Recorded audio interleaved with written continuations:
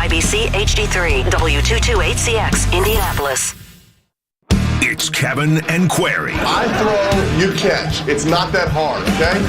All right, get the out of here. I'm going to talk a lot about drills and fundamentals. Watch it, watch it, watch it, watch it! On 93.5 Watch it! and 107.5. Boom, baby! The Fan.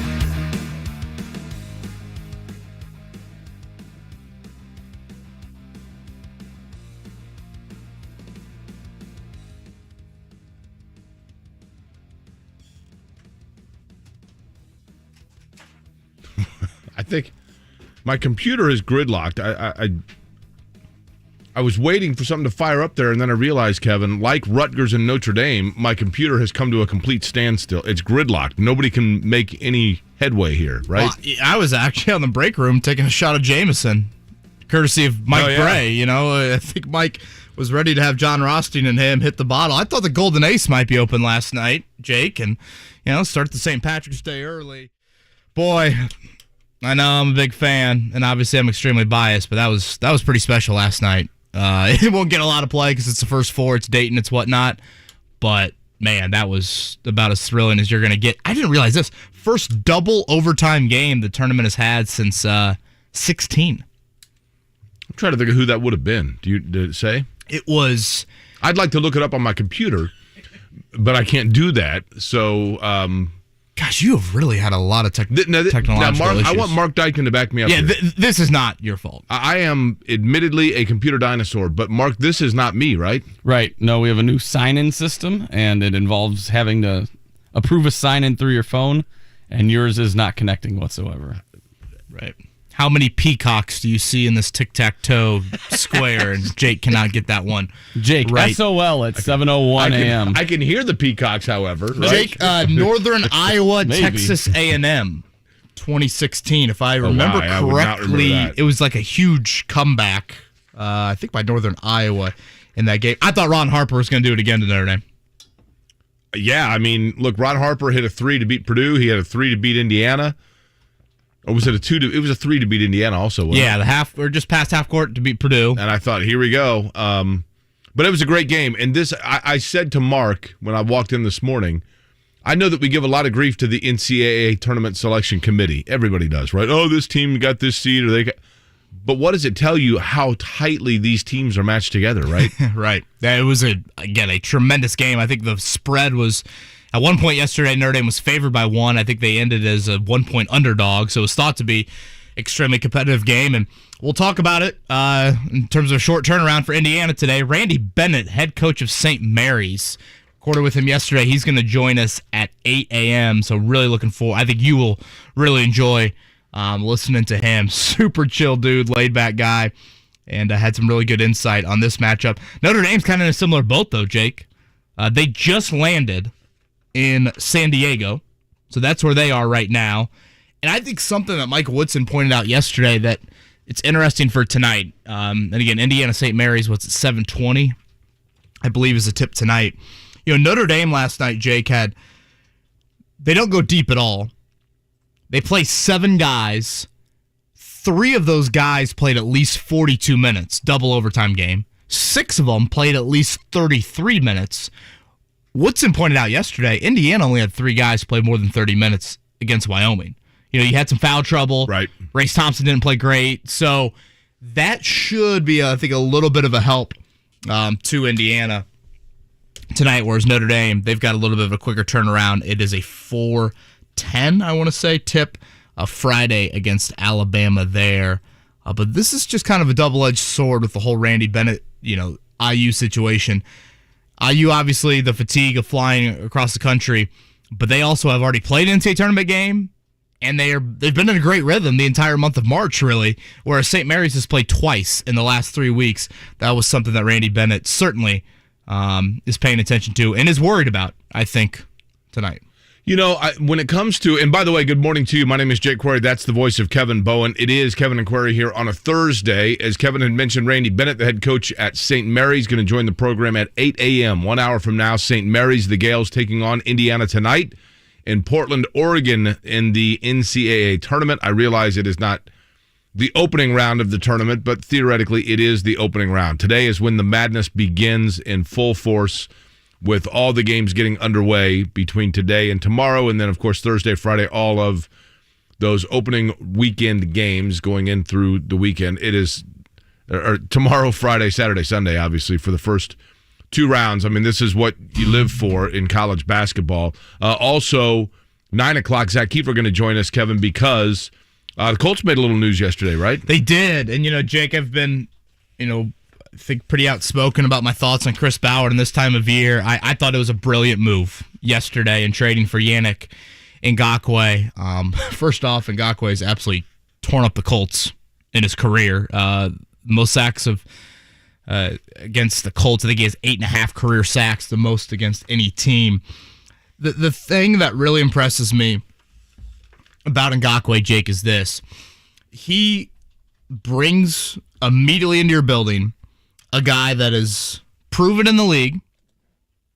He's been available, and by available, you could say healthy. And he's had consistent production, and he's 26 years old. I mean, that is such a multi-layered.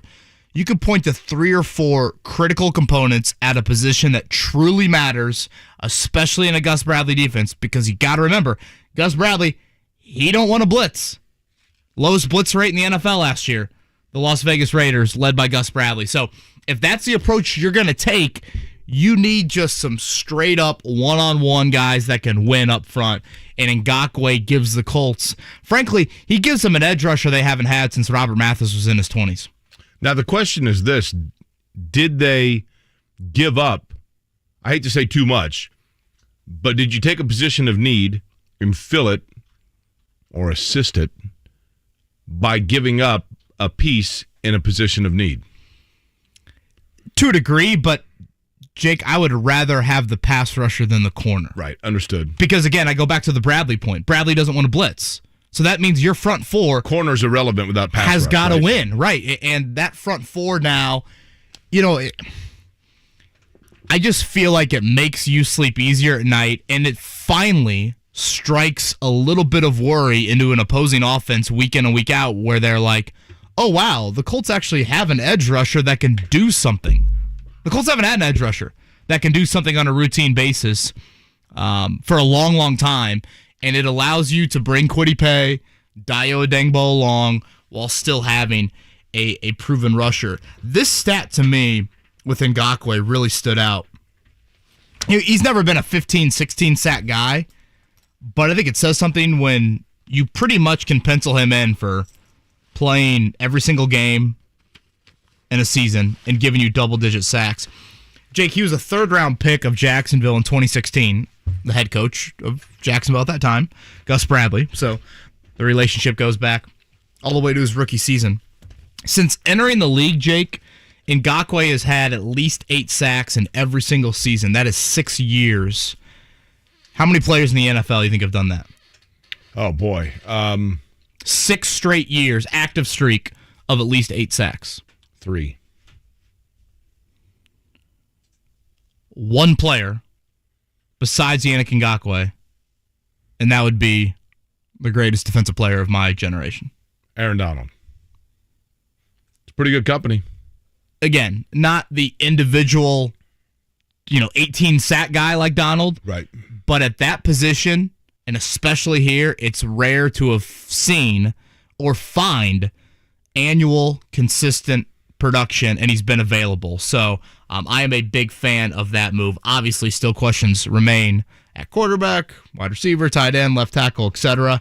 But that was a definite need for the Colts. And Rock Yassin came on, certainly, last year. I'm not going to deny that. Corner, like you said, Jake, it remains a need. But if you're going to make me pick which one would I rather have, again, the fact that you're getting a proven rusher, he's in a contract year. You would like to think if things go well, he'd want to stay with Gus Bradley for a little bit longer. I know some people are like, he's played for 5 teams now. Doesn't that worry you? That's a little odd to me. But, again, Bradley's been in 3 of those stops, and if you're able to extend him, and this is a guy that can be your top edge rusher for the next couple of years, and you develop Paye and Adengbo, I think you finally have the type of front that you're looking for. I think the question would be, And I'm assuming financials are it, Kevin. Why would the Raiders have been willing to part with him for Rock Ya-Sin?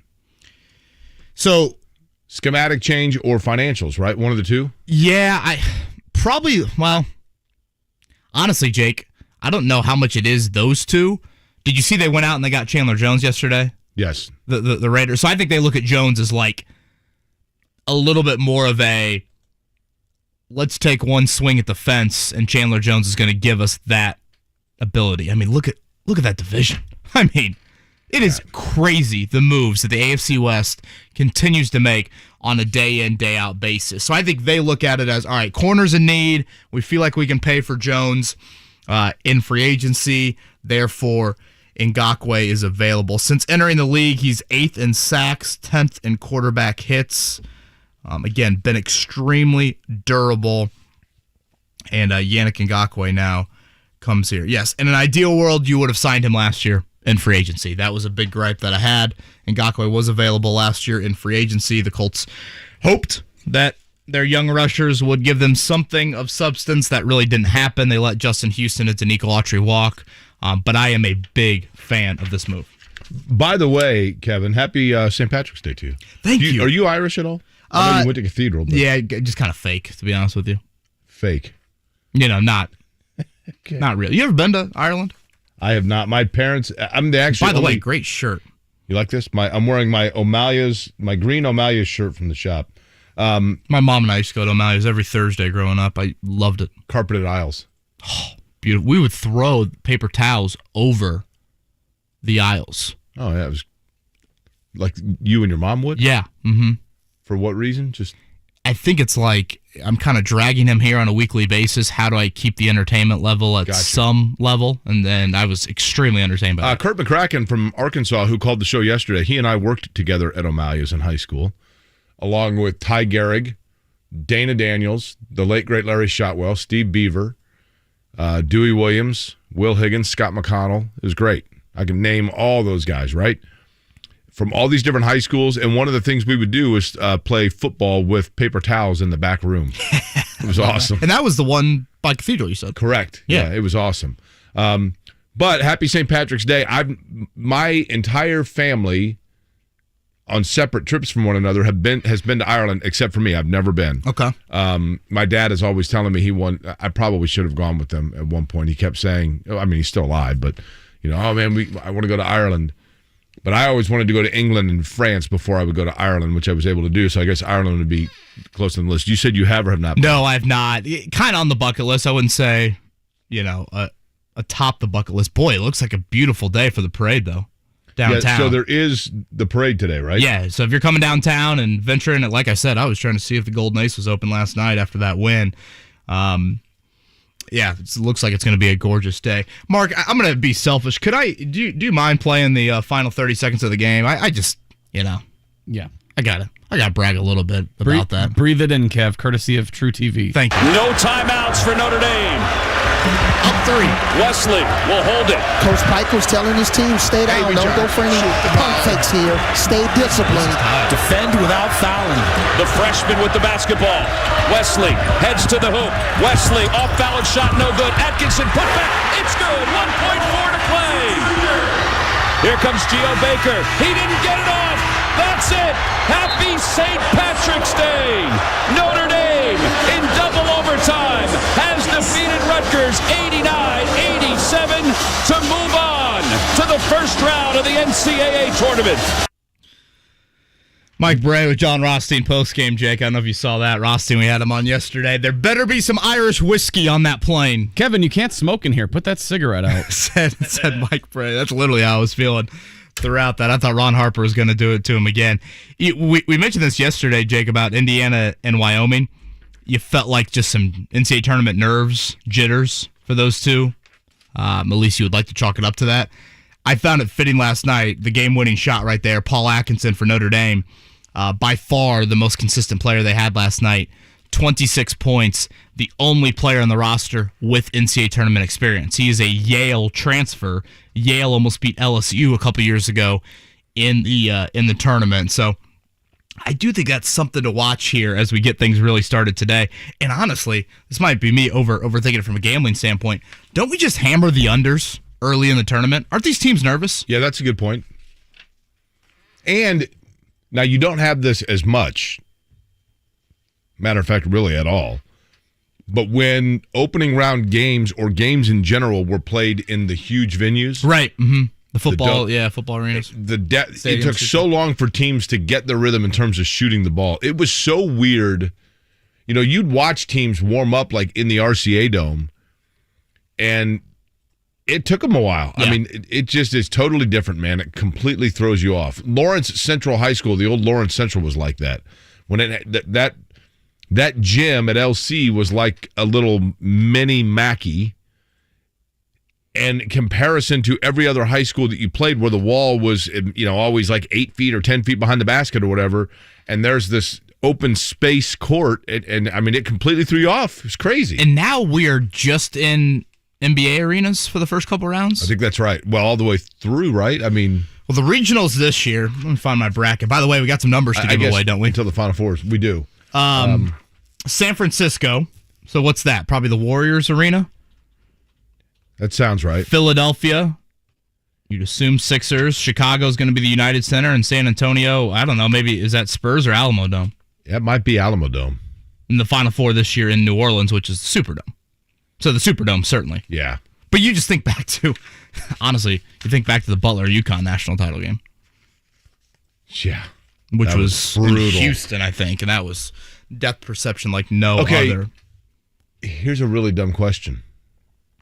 And I'm embarrassed to ask this. So last year's national championship game, with the entire tournament, did you go to any games last year when they were here? No, no. Walked on Hinkle's campus the day of the Sweet 16 Elite Eight, but no, did not go to any. I went to Ryan Robertson, my buddy, called me up and said, hey, I've got an extra ticket for a suite for North Texas and Villanova. Oh boy, you can't say North Texas very loud, Jake. You're right.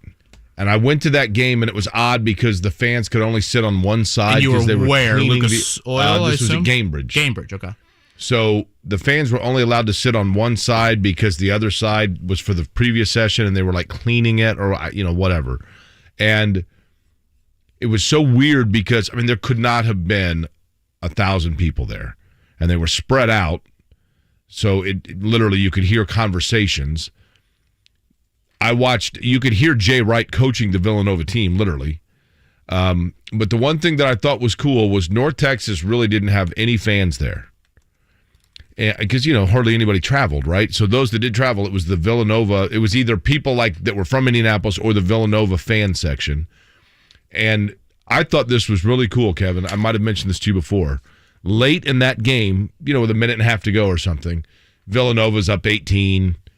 There was a timeout, and North Texas pulled all of their starters off the floor, and the Villanova fans stood up and gave them a standing ovation as they came off the floor. Because I think it was all seniors.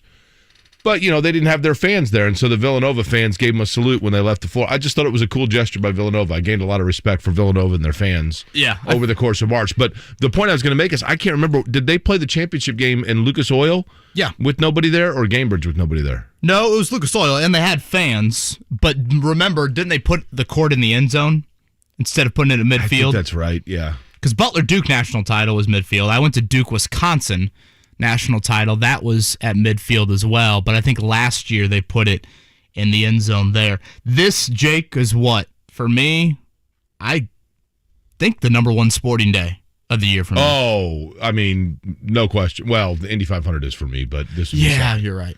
But I mean, yes, in terms of national sports, yeah, no question. Like, because we get 12 hours of it. Oh, and it's just I mean, Dave First and I used to always take this day off together and go to the Indy Cigar Bar, which became Blend, but it was a smaller joint, and just sit there and smoke cigars and watch games all day. Just the best, man.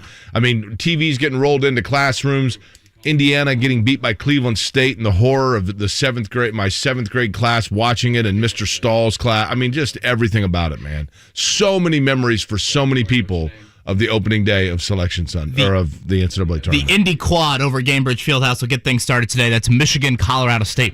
I've got Michigan in the Sweet 16. I saw their point guard concussion and did not make the trip. I might need to rethink that. Did Colorado State have a travel issue getting here? I thought I heard. I thought a little bit. But they're here. Do you feel like we just hear more about these travel issues because of social media now? Absolutely. You know, now let me say this. I get that Indiana, it's ridiculous what Indiana was asked to do and what Notre Dame was asked to do coming out of Dayton. But this whole thing about this is ridiculous. Indiana had a plane issue, and can you believe that they sent too small a plane? Well, first off, I think Indiana changed their travel party, number one. But number two, look, flight delays, I mean, they're a pain in the ass, right? There's no doubt. I've said forever, Kevin, that anymore, when you travel somewhere, the days of I fly and I get in at 4:15 on Thursday. No, you get in on Thursday. When they get you there, you get there, right? It is ridiculous what Indiana had to go through, but should St. Mary's beat Indiana tonight? And I'm not saying it's going to happen, but if it does, I don't want to hear about, but NCAA didn't want Indiana there, and so they screwed their travel. Okay. It's pain. Yeah. I think it's a little overblown, to be honest with you. But if you're flying out, when you're flying out on a red eye, which is from Dayton to Portland, they went on a red eye, right? Does it really make a difference whether you leave at 12:30 or 1:30 or, you know what I mean? And, we talked about this a little bit yesterday. We'll bring it up with Randy Bennett again. Randy Bennett, St. Mary's head coach, 8 o'clock right here on Kevin and Query. Jake, St. Mary's is not going to expose your fatigue. They want the game slower than you can imagine. They're not going to get up and run up and down the floor, so that is a great draw for Indiana. 12 hours from now, Indiana will be tipping in Portland, 2.5-point underdog. The Hoosiers will talk a whole lot more about that in day one of the field of 64. Still got numbers to give away a little bit later in the show. Zach Kiefer, as Jake mentioned, at 9 o'clock. Curious your guys' thoughts on the Yannick Ngakoue trade. Are you a fan of it? Right now, about 6 open starting spots for the Colts with free agency officially underway. So we'll touch on that as well. Happy St. Patrick's Day, everybody. Thanks for tuning in to Kevin and Query. The Ride with JMV. From The Athletic, he covers the Raiders. Vic Tafer, how would you describe Yannick Ngakoue? Gus Bradley definitely loves him, and Gus brought him in last year to kind of lead, veteran influence of some of these guys. Ngakoue's matured a lot the last 3 or 4 years. Gus knows that his strengths lie in getting pressure on the quarterback and helping the defense get things done. The Ride with JMV. Weekdays 3 to 6 on 93.5 and 107.5. The Fan. Do you feel boxed in by the pressures of running your business? With 30-plus years of HR experience, Insperity can help lighten your load. Expand your possibilities at Insperity.com. Stop by your locally owned and operated Big O Tires and save up to $100 instantly on Cooper, Nitto, and Pirelli tires. Big O Tires, the team you trust. Make the short trip to experience Antler Point Golf Course in Rushville. Less than an hour from Indy. Give Antler Point in Rushville a swing. AntlerPointGolf.com. That's point with an E. This ad for Hellsberg Diamonds has been specifically written for those who'd rather think about football than engagement rings.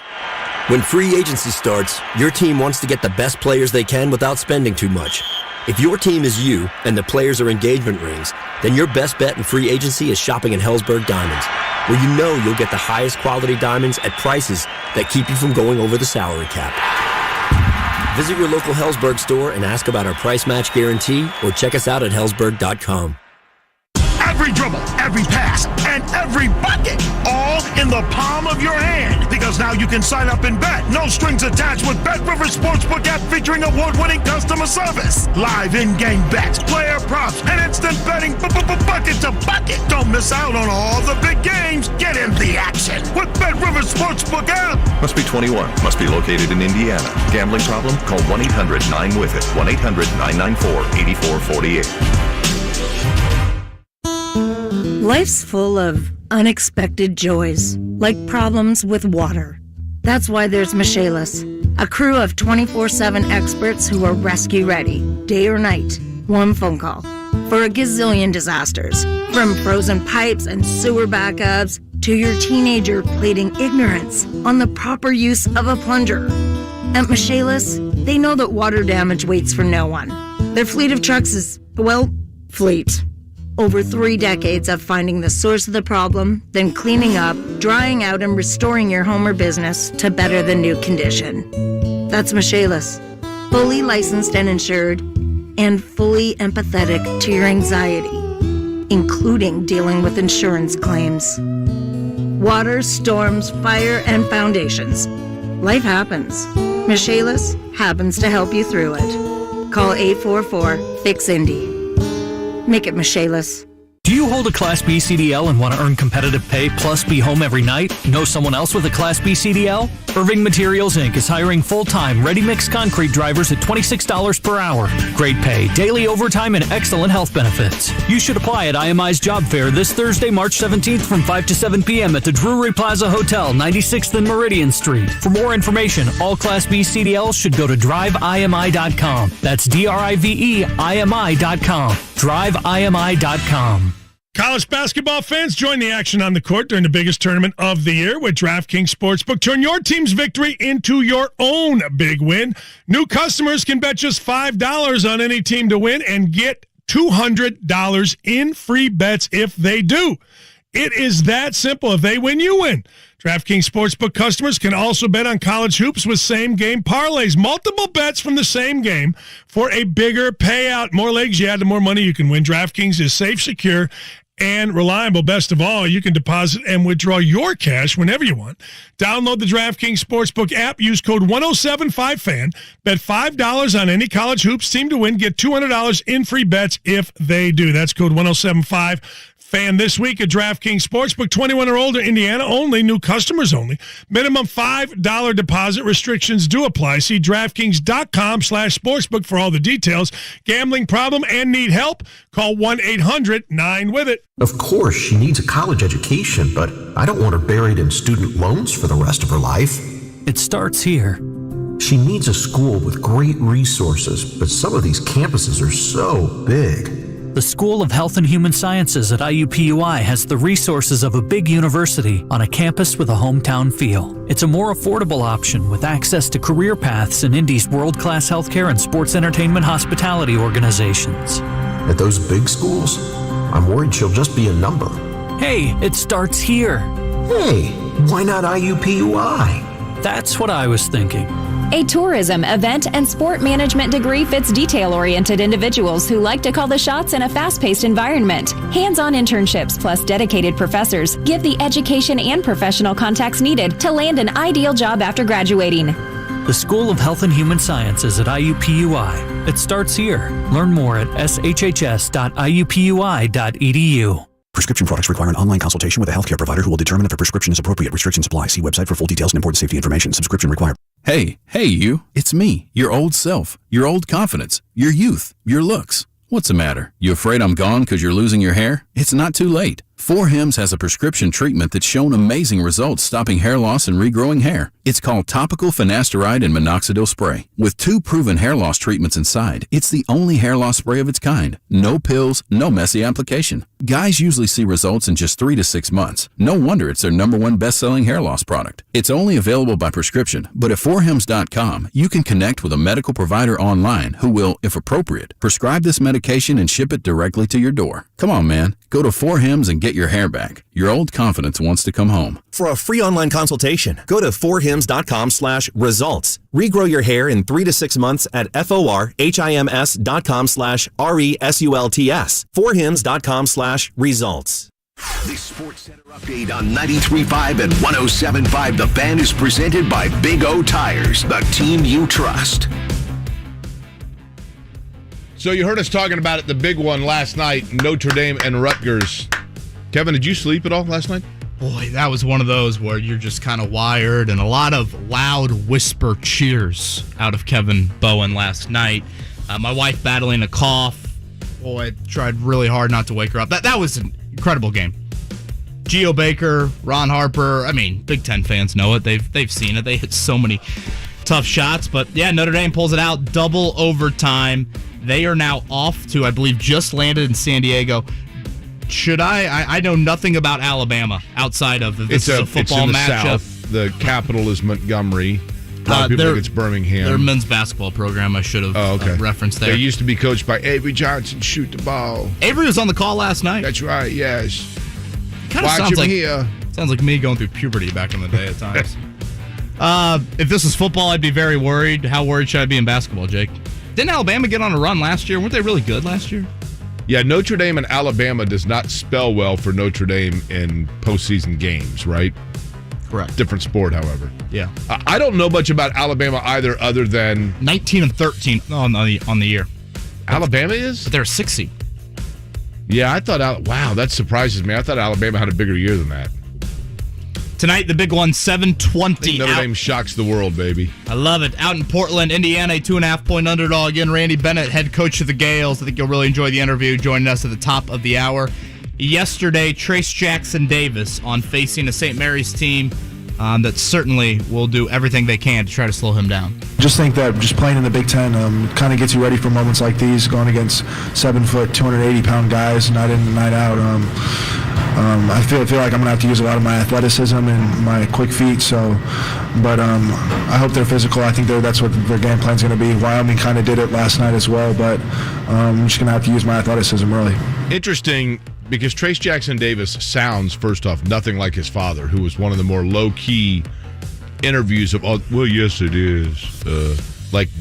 Did not say a lot of words, Dale Davis. Didn't have to. But athleticism and Dale Davis was obviously an elite-level athlete, but from a basketball standpoint, the quickness of the feet and the athleticism around the rim of Trace Jackson Davis, not at all like his father, right? No, and we saw that on full display certainly the other night. Matthias Toss. That is the big man for St. Mary's. St. Mary's is a melting pot, Jake, aren't they? Yeah, they've got 2 guys from Estonia on their team. Totally. I mean, they have done international recruiting out the wazoo. One of the things Randy Bennett talks about coming up here in about 30 minutes is just how this team was put together, right? Again, slowing the pace down. Tommy Kuz, kind of a veteran point guard. Think a little Jordan Bohannon-like with his game. Toss, the big man, is big, 6'10", 250, but not going to protect the rim like a high-flying shot blocker or anything like that.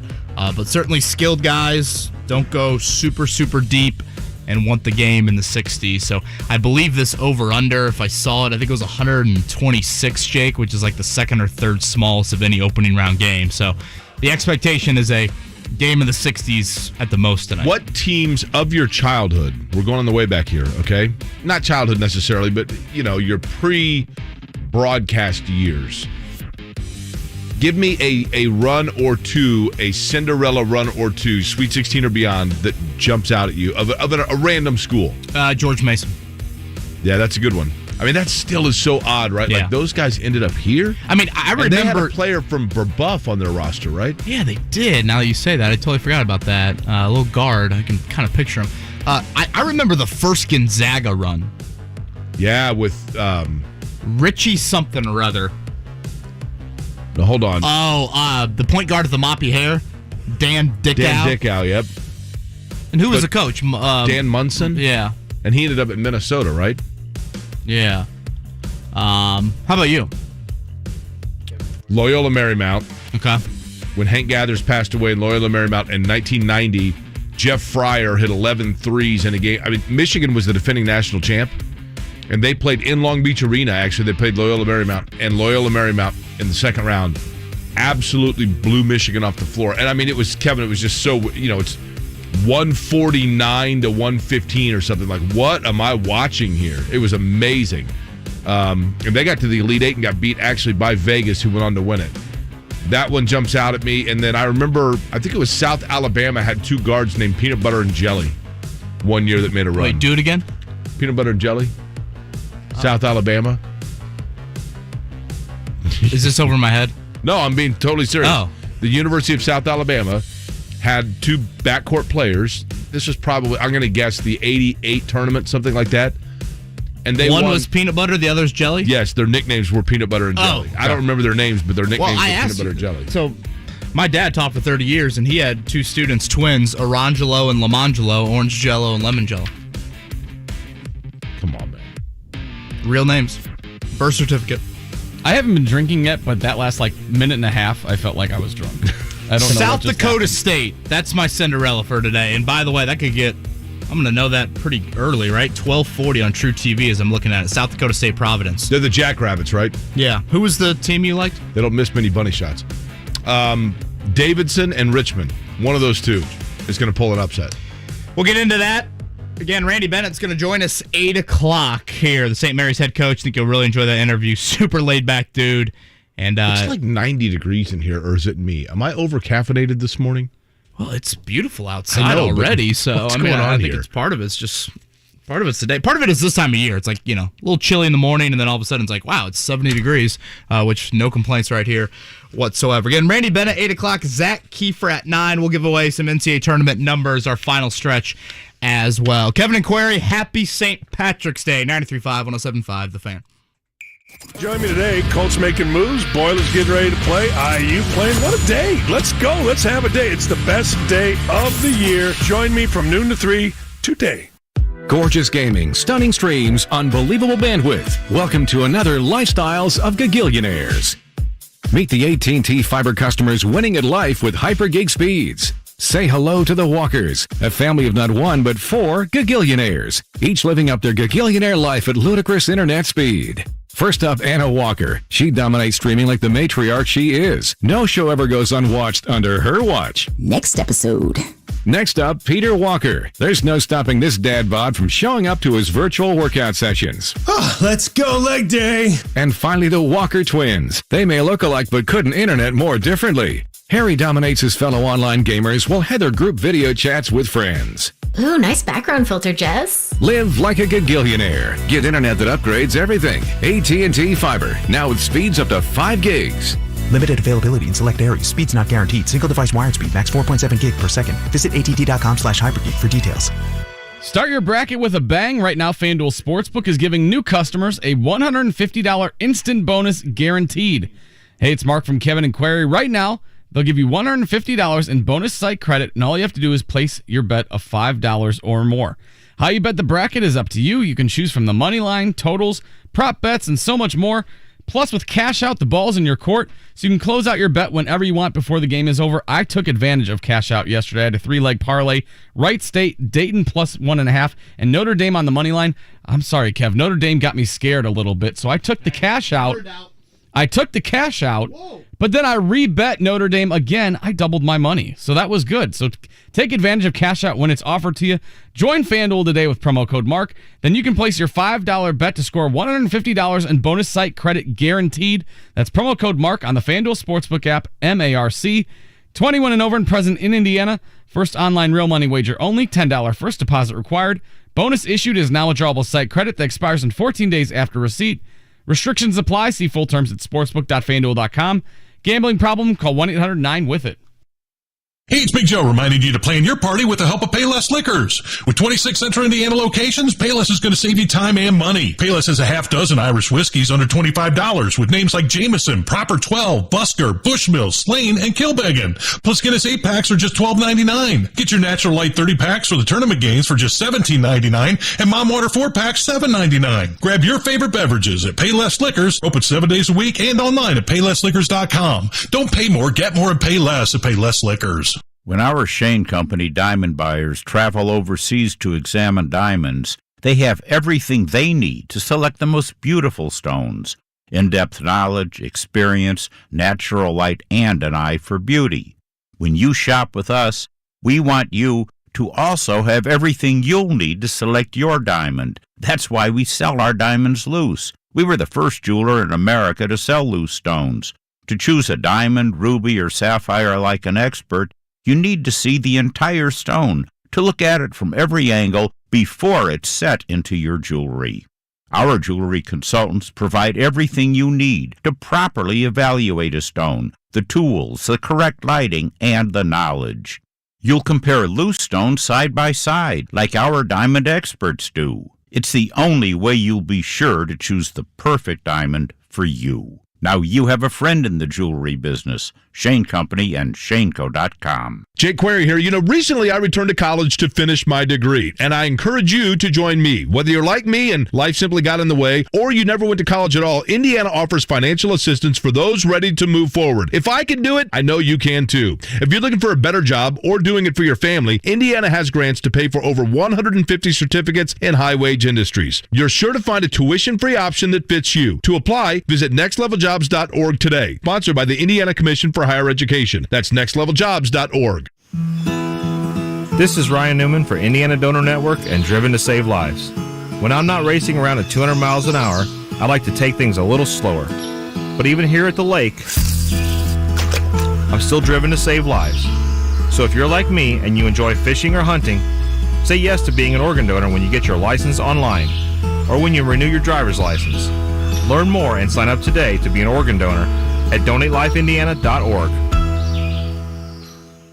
Prescription products require an online consultation with a healthcare provider who will determine if a prescription is appropriate. Restrictions apply. See website for full details and important safety information. Subscription required. Hey, you. It's me, your old self, your old confidence, your youth, your looks. What's the matter? You afraid I'm gone because you're losing your hair? It's not too late. 4Hims has a prescription treatment that's shown amazing results stopping hair loss and regrowing hair. It's called topical finasteride and minoxidil spray. With 2 proven hair loss treatments inside, it's the only hair loss spray of its kind. No pills, no messy application. Guys usually see results in just 3 to 6 months. No wonder it's their #1 best-selling hair loss product. It's only available by prescription, but at 4hims.com, you can connect with a medical provider online who will, if appropriate, prescribe this medication and ship it directly to your door. Come on, man. Go to 4Hims and get your hair back. Your old confidence wants to come home. For a free online consultation, go to 4hims.com/results. Regrow your hair in 3 to 6 months at forhims.com/RESULTS. 4hims.com/results. The Eagles Hotel California Tour. Welcome to the Hotel California. Live in concert with a full orchestra.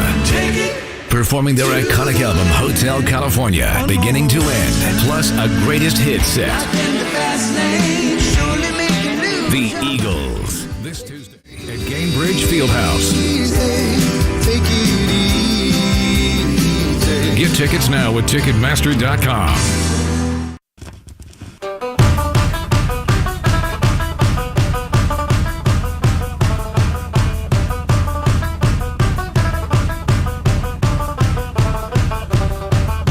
Listening to Kevin and Query on 93.5 and 107.5. The Fan. Aaron Gobry, happy St. Patrick's Day. As many have pointed out, Sarah Staley, I see your comment. Many pointed it out. Last night, Rutgers was doomed as soon as the clock turned. And the luck of the Irish, and it was technically St. Patrick's Day. You know, I do an excellent leprechaun. Oh, boy. Right up there with your British accent, I wait for that. I'm going to need about 9 Irish car bombs to get me through the day after hearing that leprechaun. Last night, beating the Rutgers.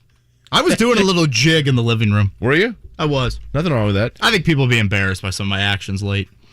Jordan Carter was the kid from Indianapolis that was on that George Mason roster that came to the Final Four. And when we were talking about NCAA tournament runs and fun Cinderella stories of the past, one of the most common misrecollections, if that makes sense as a term, in Indiana, everyone does it, so don't feel bad if you did, is when people say, oh man, I'll never forget that Ball State run under Rick Majerus. Part of that is true. Ball State in 1990, in 1989, Ball State defeated Pitt here in the Hoosier Dome, and that catapulted Rick Majerus back into the national spotlight, and he went to Utah. So in 1990, it was Dick Hunsaker who was the head coach of Ball State, but a really good team. I mean, Sean Parrish and Paris McCurdy, and of course, the star of that team, who had won a state title at Muncie Central, 8 and 88, should have been Mr. Basketball, really good dude, with the vertical that was unbelievable. Ball State defeated Oregon State and Gary Payton in round 1, then defeated Louisville to make the Sweet 16. Then in the Sweet 16, took on, this was in 1990, took on eventual national champion UNLV, the closest that anybody came to Vegas in that tournament, and it led to one of the most iconic images, certainly in Ball State basketball history, but of the NCAA tournament in the 90s. Here's Chandler Thompson against UNLV. The pass to McCurdy.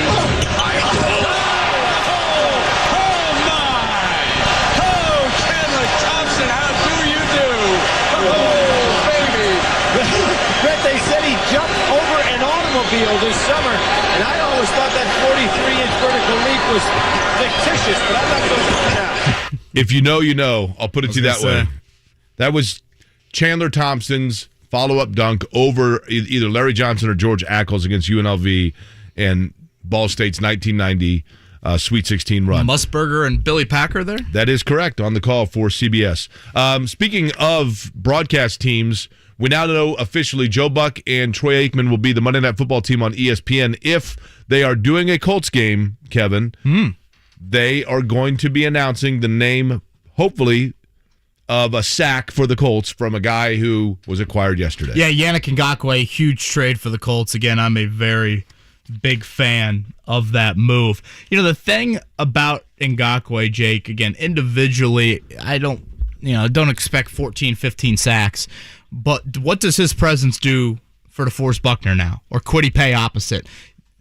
Finally, the Colts have an edge rusher that's proven in this league where an opposing offense has got to think twice about maybe how they handle their blocking assignments. And I think Buckner has gotten a whole lot of attention because there's no threat. There hasn't been a threat on the edge, and now Ngakoue has that. You know, I kind of look at the Ngakoue thing, Jake, similar to, it's not the exact one because I think he's actually a better player, but remember when the Pacers acquired Buddy Hield? Yeah. Back at the trade deadline? And one of the stats kind of thrown around early is since 2018, I don't know if I have the year exactly right, Buddy Hield leads the NBA in three-pointers made. And you're kind of like, what? Buddy Hield? Like, it's not Steph Curry? Right. You know, it's not Damian Lillard? But you've got to be available. You've got to be healthy. And that is what Yannick Ngakoue has been. He has missed 2 games in 6 seasons. Did you just jinx it? I don't believe it jinxes. Certainly not on St. Patrick's Day. We should, by the way, Irish car bomb maybe after the show. That's a 5-course meal. We have a meeting at 11, right? Well, might be good to get us through the meeting, you know? Good point. The availability of Kamoko Ture, Tyquan Lewis, you could throw in other defensive linemen, just hasn't been there. So the fact that he now comes here, and again, you can kind of pencil him in for being there for 16 games and being a double-digit sack guy, you just have sorely, sorely missed that. So I thought it was a very, very important move by the Colts. And yes, corner is a need, like you said earlier. And now I think we wait at quarterback, right? I think the Deshaun Watson domino has got to fall for the activity at quarterback. That looks like it's going to be Atlanta, although it changes by the hour, right? Yeah, I feel like Cleveland had some momentum yesterday. Was I wrong? I mean, I guess I'm kind of with you. It does change by the hour, but starting jobs open for the Colts again. Free agency officially started yesterday at 4 o'clock. So these are the names that are no longer Colts, Jake. Offensively, Marlon Mack, T.Y. Hilton, Zach Pascal, Eric Fisher, Chris Reed. Defensively, Kamoko Ture, Al-Qadim Muhammad, Taylor Stallworth, Matthew Adams, Xavier Rhodes, T.J. Carey, George Odom, and kicker Michael Badgley. Those guys are on the open market officially. So it's not that they're so they are not tied down to the Colts. They have not been signed elsewhere, right? Correct. They are free agents. Right. Free agents. Okay, Randy Bennett in about 10 minutes here. I think you'll really enjoy it. Dude just strikes me as a pretty chill guy. Oh, I mean. But also, Jake, he knows the magnitude of seeing Indiana opposite him tonight. Here's the thing. So Randy Bennett is the head coach at St. Mary's who faces Indiana tonight. When the Final Four was in San Antonio, so I don't recall what year that is. They all run together to me, admittedly. What year would that have been?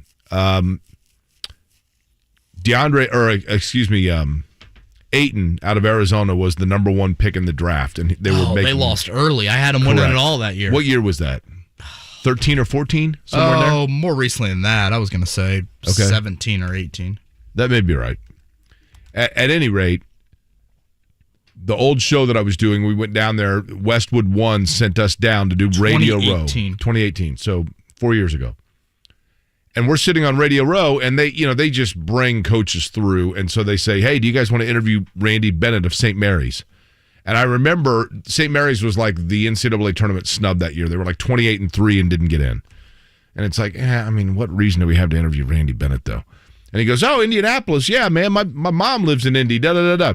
So, it's really. So we sit there and we interviewed him, chat with him, whatever.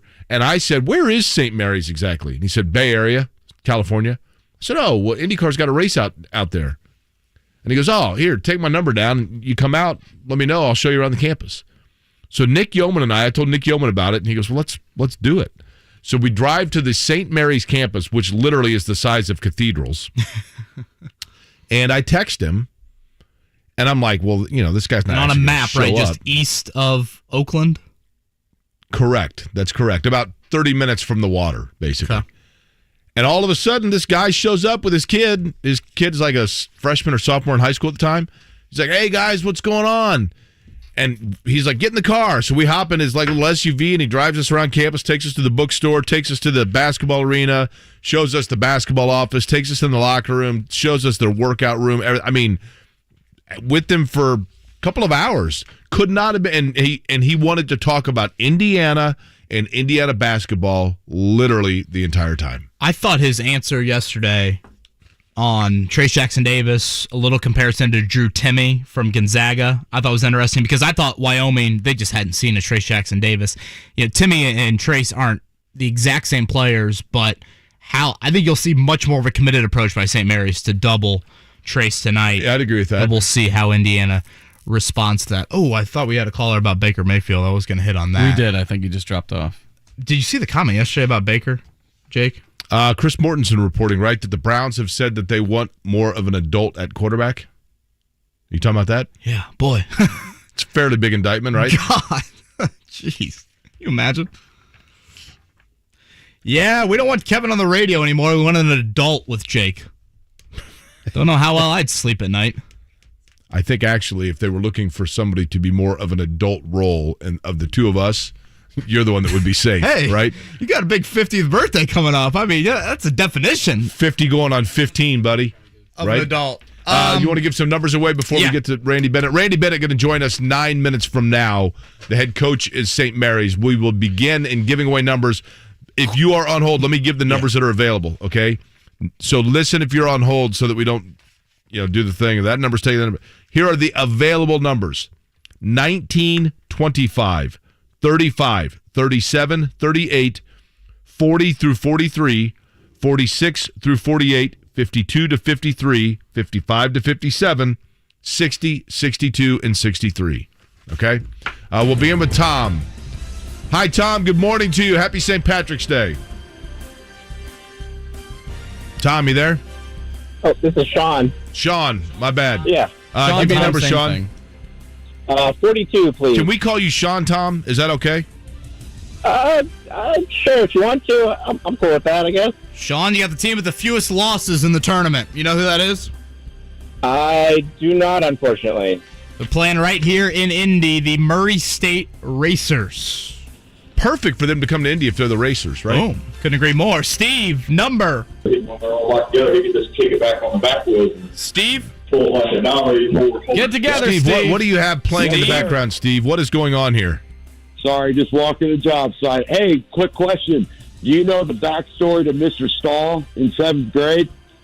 At Eastwood? Yes, sir. Dave Stahl. I know one. Is it a G-rated backstory? Yeah, the Birdman. The Birdman is correct, yeah. He had a great beard, man. And tinted sunglasses. I actually grew up the street behind you. We used to play backyard football behind Robbie Hyatt's house. Well, is this Stevie? Yes, sir. Stevie, you are the man. I just drove past your house the other day, man. I was mean as hell to you as a kid, and I apologize for it. That's all right, man. We all make mistakes. You were my man, though, Stevie. All right, Stevie, sir. you want a number? 47. 47 for Stevie. Hang on just a second, Stevie. Stevie, you like baked potatoes? Yeah, they're all right. All right, well, cool. You got Boise State. Boise State is off the board. Little Eastwood throwback there. Ben, give us a number. My man. I'm a 41. 41. Ben, quick to the point. Unfortunately, you get New Mexico State. Dang. Lobos. Dang. No, New Mexico's a Lobo. Aggies. Aggies, I believe. Brian. 40. Ooh, I like this one. You got a potential Cinderella here, Brian. I don't think a lot of people are talking about him. I think they're getting upset by a Cinderella. Do you really? Woo, Pig Suey, Arkansas. I'm telling you, man, the Razorbacks, they don't mess around. Mike. 44. 44 is taken, Mike. You want 43? Yeah, I'll take 43. That sounds good. Well, cheer for a blowout. You got Wright State. Woo! Thank you. Although they put up like 90-something last night. You see that? Again, 3 ways that you can win. Get the national title team, get the double-digit seed that advances the furthest, or get the team that gets blown out by the largest margin in the tournament. There are tiebreakers for those. People ask this, well, how do you know if I won? We have the list of everybody's name. If you win, it's the honor system. You are in charge of calling back saying, hey, I won. And then you get a fabulous prize, which might be meeting us for lunch at the salad place down on Monument Circle that I tried yesterday, and it's fabulous. And a car flag, right? Kevin and Query car flag, I think right. we're also going to get. You might get a koozie. Somebody may get a koozie. All right, we got time for 2 more real quick. Randy Bennett going to join us here in about 5 minutes. Let's go with Boiler Bill. Boiler Bill, you got a number? Is Purdue taken? Well, number. I will. I would rather not go with a number. I'd like to talk IU basketball though. Bill, giving away numbers. Let's go with Kurt. Kurt. Hey, this is Kurt down in Arkansas again. Oh, Kurt's back. Just gave away the Razorbacks, Kurt. You want 19, you said, Kurt? Yeah. Oh, man. Let's go, Kurt. Come on. Kurt, you are Kevin's best friend. On St. Patrick's Day, Kurt, you get the luck of the Irish, baby. Notre Dame. Kurt, ride the magic. A lot of Jameson flowing on the flight to San Diego. Notre Dame off the board. Last one here. Who should we go with, Mark? Go Dave number 2. Dave number 2. We got about 10 numbers still to give away. Is this me? Dave, it's you. This is you. All right, how you guys doing? It's a well-oiled machine we're running here, Dave. Sounds like it. How about 55? 55. I like how you got right to it there, though. No wasting any time. 55 has been taken. We got 56 or 57. Do 57. 57, Ooh. man. You got Dave. I got this team getting on a run, Jake. Team has won more of them than anybody in the history of the tournament, and they almost did it last year. The Bruins of UCLA go to Dave. Randy Bennett is the head basketball coach at St. Mary's. The Gales taking on Indiana tonight. Randy Bennett starting his day, not really, we taped it yesterday, with an interview with us. It's next. School is in session. The Colts have traded Carson Wentz, the bane of all of your existence. Washington is taking on Carson Wentz's full contract, over $28 million in cap space. And you and I both know around these parts, you know what we love around here? We love us some cap space, baby. Man, imagine what the outcry would have been if this had been done under Grigson. Wow. Dan Dockage, weekdays noon to 3 on 93.5 and 107.5. The Fan. Tired of being tracked online? DuckDuckGo can help. They help millions of people like you take control of their personal information online. DuckDuckGo. Privacy simplified. Business owners, are you feeling the pressures of running your business? There's a limit to what you can do and still keep employees engaged. Insperity brings 30-plus years of HR experience to help you with hiring, training, HR administration, and compliance while giving your employees competitive benefit options. You're able to focus on other priorities. Your employees can thrive and your business can grow. With Insperity, nothing seems impossible. Full-service HR, employee benefits, HR technology, Insperity. HR that makes a difference. Hey, there's Jake Query for Indiana Commission for Higher Education. You know, it's been a couple months ago now, I decided to go back to school, finish my degree. I had attended Indiana University, 1996, still had some credits out there, about a semester left, and then decided to jump into the workforce. And 700,000 Hoosiers have done the same. Started college, but not finished. Whether you're thinking about simply finishing a degree, maybe you just want to do it for yourself because you have a goal. Maybe you want to do it like I did because you knew what it would mean to your parents to get it done, or just for your family to better your situation. NextLevelJobs.org is the website where you can go and find out how to get certification for 150 different high-paying jobs, or simply help to get the financials in order to finish your college degree. I would love for you folks to join me in completing that quest to finish your degree, or perhaps to simply get that certification for a better job opportunity in high-paying industries out there. Again, we're talking about the possibility of getting your tuition through grants and other such means either really whittled down or even fully covered. Check it out. Find out what's out there for you and make the step. If I can do it, I'm confident you can as well. NextLevelJobs.org, who, by the way, are sponsoring our NCAA Tournament Bracket Challenge. You can win $1,000 that way. Just go to the website, 1075thefan.com. Thank you to NextLevelJobs.org. At Uline, they know firsthand the road to success is an uphill climb. Uline started in the family basement, and through hard work is now North America's most trusted shipping and industrial supplier. They get what it means to have the support of reliable, hard-working partners. So they keep 38,000 items ready to ship. Whether your company is still in a basement office or expanding cross-country, Uline will be there on your road to success. Visit uline.com. BetMGM, the king of sportsbooks, unleashes the spirit of Las Vegas with BetMGM rewards. Every time you make a wager at BetMGM, you can earn BetMGM rewards points that you can redeem for online bonus credits like free bets and risk-free tokens. Planning a trip to Vegas? You can also convert your BetMGM points into MGM rewards points that you can use towards dining, shows, and hotel rooms at over 20 MGM Resorts properties located on the Las Vegas Strip and nationwide. BetMGM Rewards is sports betting's premier loyalty program featuring exclusive offers, incredible experiences, and valuable perks when you wager on the BetMGM app. Sign up with BetMGM or log on today to get an even bigger piece of the action with BetMGM Rewards.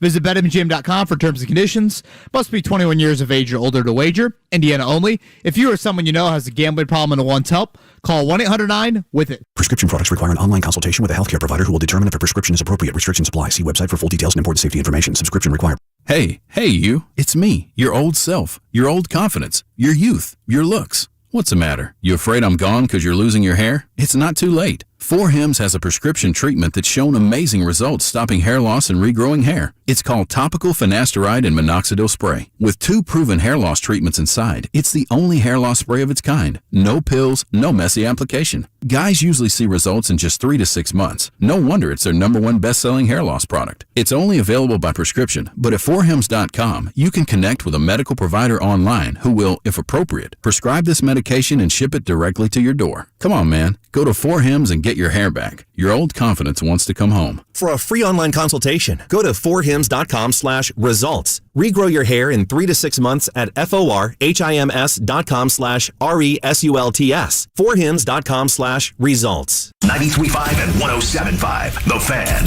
WIBC HD2 W298BB, WIBC HD3 W228CX, Indianapolis.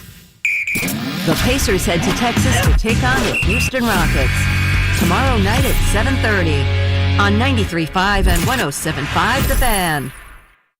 It's Kevin and Query. If we die together. Yeah, right. You can get it done. You can get it done. What's more, you gotta get it done. On 93.5 and 107.5 The Fan. Kevin and Query here on a Thursday, 93.5, 107.5 The Fan. Kevin, as we know, tonight it is Indiana off of their Planes, Trains, and Automobiles venture. They got rid of John Candy, and now they take on St. Mary's. And joining us now on the Payless Liquors hotline, he is the head coach of the Gales, Randy Bennett, who has some ties to Indiana as well, but he joins us now before this matchup this evening. Coach, first off, good morning. Appreciate the time, and busy time of year for you, I know. Likewise, good morning, and always fun to be on your show. So I really love the reason I'm on your show this time. Yeah, let's talk about that. Listen, I'm sitting there watching the pairings, and I followed Wyoming a little bit this year, and then I think, oh my goodness, Nick Yeoman, who I do IndyCar radio with, that you met when we were out there. Every year we text each other on Selection Sunday, like, where's our boy going? And boom, it pops up. What was your thought when you saw the pairing, and how does it work when you're not necessarily certain until 48 hours or less beforehand who you're going to face? So, for me, for our team, for me, especially for me, when you see Indiana up there on the screen, we know what Indiana is. Like, we know what Indiana basketball is, and especially for me, my whole family's from there. That's all I heard growing up was how great it was. So it was all right. we have a tough one coming, and so it's pretty exciting. Not knowing who we're playing is a little different. I kind of thought Indiana would win that game. It was probably a 55-45 game. Like, you could have gone either way, but I just thought Indiana get that win. So I thought we were looking at here comes IU. So very exciting. I mean, there's only 5 or 6 of those schools. It's like Kentucky, it's Duke, it's North Carolina, it's Indiana, it's whoever else. But Kansas. Those are the true blue bloods in college basketball. It's just pretty exciting to be able to play against them. Randy, I'm sure you and your staff been busy breaking down Indiana film, obviously watching Tuesday night. Your impressions from what you've seen from Mike Woodson's first season? You know what? I don't know Mike that well, but they have done a heck of a job with that team. They really defend well. I think they're big on the boards.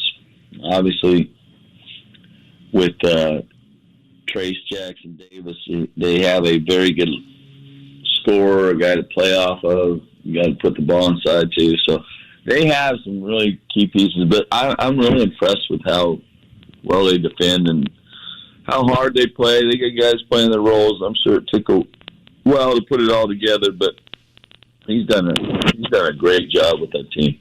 You bring up Trace. Any comparisons to anybody you guys have seen this year? I mean, certainly Gonzaga has 2 pretty unique big guys, but any comparisons to someone you faced and, how effective Trace can be?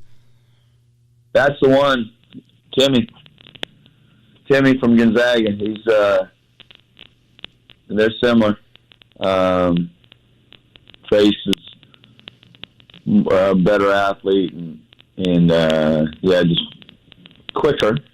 But Timmy's a load too, and they both, I don't know, they both go to work real quick when they catch the ball, and both of them are in a program where the ball is coming to them a lot of times, and they can get you in foul trouble and the whole deal. So that's I think Timmy's one of the best centers in the country, if not the best. And I hadn't seen Trace, but now that we're playing him, I've seen him a lot. And he's a load on the, not just on low post. He's a load as a scorer. He just gets to the basket so quick, and he can, I don't know. We'll have our hands full with him. Is the key to beating Indiana trying to shut down Trace Jackson Davis, or is it the proverbial, you know what you're going to get from him, so therefore you've got to make sure like Xavier Johnson, or Race Thompson doesn't get going, and let Jackson Davis get his points? Or if I suggested that in the meeting, would you immediately fire me off your staff? I'd never fire you. You're too entertaining. Well, thank you. Let's not feed the ego too much, Coach. Come on now. You can't just let Trace get his, because he can be, as he's shown recently, he can go 30 on you and or more. So I think you got to do the best you can with they're not a one man band. All right, they're pretty balanced. They have 2 other guys who score double digits, and Xavier makes a lot of plays for others, but they have Galloway makes plays for others. They have a lot of guys that do their role. So that's where I think they've gotten good, is that guys can figure out their role and they play together. Obviously, it's going to go through Trace a lot, but you got to do both. You have to do a good job with those other guys too, and then you can't just play Trace. Let him get his and shut down the others, because he'll get his and then some. So, Coach, I know that you lived. Randy Bennett is our guest, the head coach at St. Mary's, who will take on Indiana tonight in the NCAA tournament out in Portland. I know that you spent time in Indiana as a kid. Your dad coached here, I believe, and then your mother, until recently when she moved in with your sister, was living here in Indy in Southport. What grades did you live in Indiana, and what are your, I guess, memories of living in Indiana? So my whole family is from Indiana. My mom and dad both went to high school there, and my dad played at Wabash College, and my sister was born there, and my grandpa and grandma, they're all from Indiana, Kentucky originally before that. But I was the only one that wasn't born there, so I grew up in there. I was born there, so I grew up there. But we always go back to visit all of our relatives, and I was raised on Indiana basketball, that's for sure. But my dad played at Southport High School there and had a good career. And then, like I said, he went to Wabash and had a really good career there. And then he moved to Arizona to coach high school basketball. He went lone wolf out to Phoenix, Arizona back in the day. And so that was that. And we were all raised in Phoenix, but that's kind of the background. My mom lived there till about 2 years ago. Now, since then, so you're kind of like adopted Hoosier, right? But you're kind of adopted Aussie. No choice. Yeah, that's right. Well, we adopted you, right? But you're also kind of adopted Aussie, because isn't your entire team Australian? Isn't that like 8 years ago, didn't you just start racking up frequent flyer miles to Melbourne and Sydney for recruiting?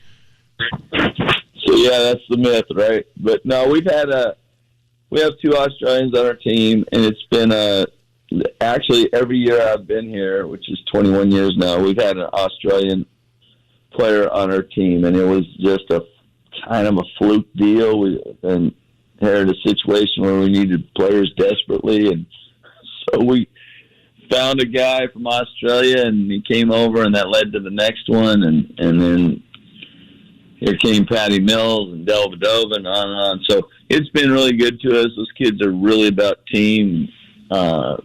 I think that kind of is how I think it should be as far as a college basketball program. It should be about something bigger than themselves, and they are totally like that. So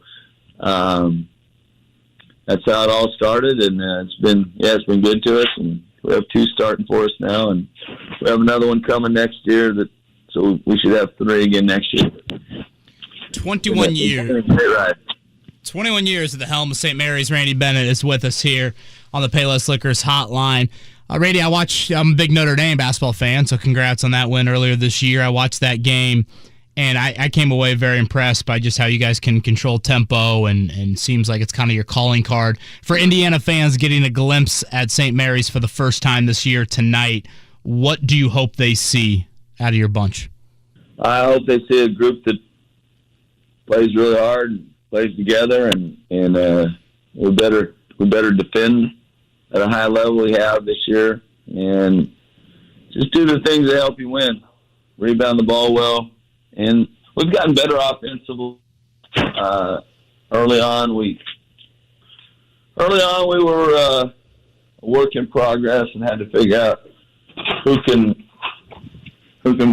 we can play off of, and I think that's what Indiana's done as well. You just got to figure out who you can play off that'll help you win, score at a level that'll help you win games. So that's what we've done. That Kuzin's come around, Tommy Kuzi, our point guard's come around as of late. We've Matthias Toss has gotten better inside. So we've kind of figured that out gradually, and that's what's helped us be good in league and down the stretch. Is this the highest that you have been seeded, Coach, in the NCAA tournament? My apologies for asking that, but is this the highest you've been? It is. It's the highest. We've been seeded 7 twice, and so this was the highest. And I think it's the highest by any team in WCC other than Gonzaga. So does that put pressure on you? You could let it put pressure on you. It doesn't.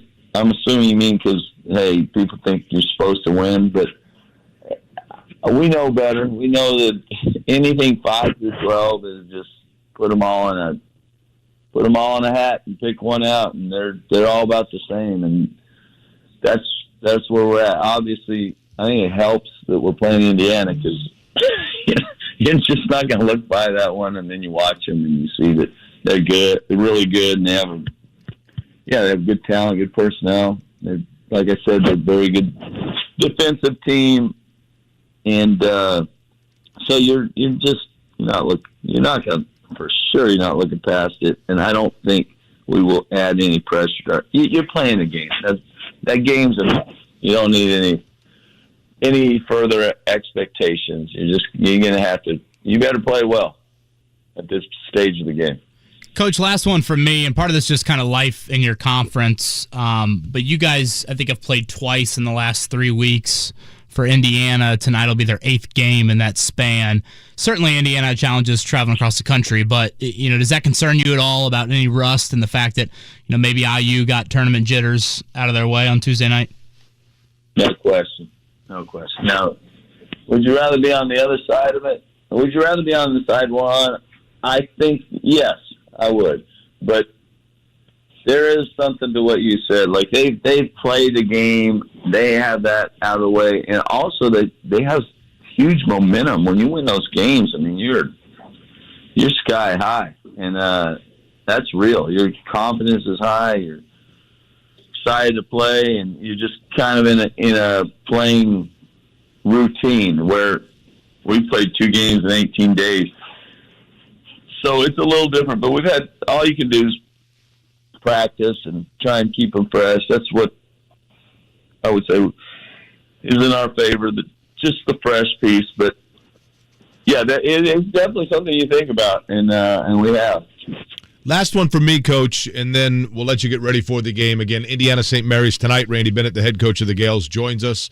And that is Indiana's travel woes getting out there, leaving from Dayton, very late, basically technically early Wednesday morning, getting into Portland, with virtually no sleep, I'm sure, then rested and then getting ready for the game. As a coach itself, do we as media make too much of that? These are 21-year-old guys, or is that, in fact, an issue that Indiana's going to have to overcome? I think it's real. I'm sure Indiana's coaching staff, I'm sure they've thought about all that. I don't know the best way to play it, whether you sleep in or whether you stay there and then fly out in the morning, or if you fly out after that game. But they probably got it right, fly out after the game, because then the kids aren't going to sleep anyhow. That game got over around 9 o'clock our time. And so you're not going to unwind till after midnight unless you get on a flight and get that over with. But, yeah, it's real. It's no question it's real. And I don't care if they're 21 or 25 or whatever. It's a you fly, yeah, your sleep pattern's not normal. Well, Coach, I know it's, I pester you throughout the course of the year every once in a while asking you random questions about St. Mary's. With your permission, I'm going to have to wait like a week before I wear my St. Mary's T-shirt around town. Hopefully you understand that. I don't want to get jumped by anybody. But we certainly wish you the best of luck, not only against Indiana, but in the tournament should you advance.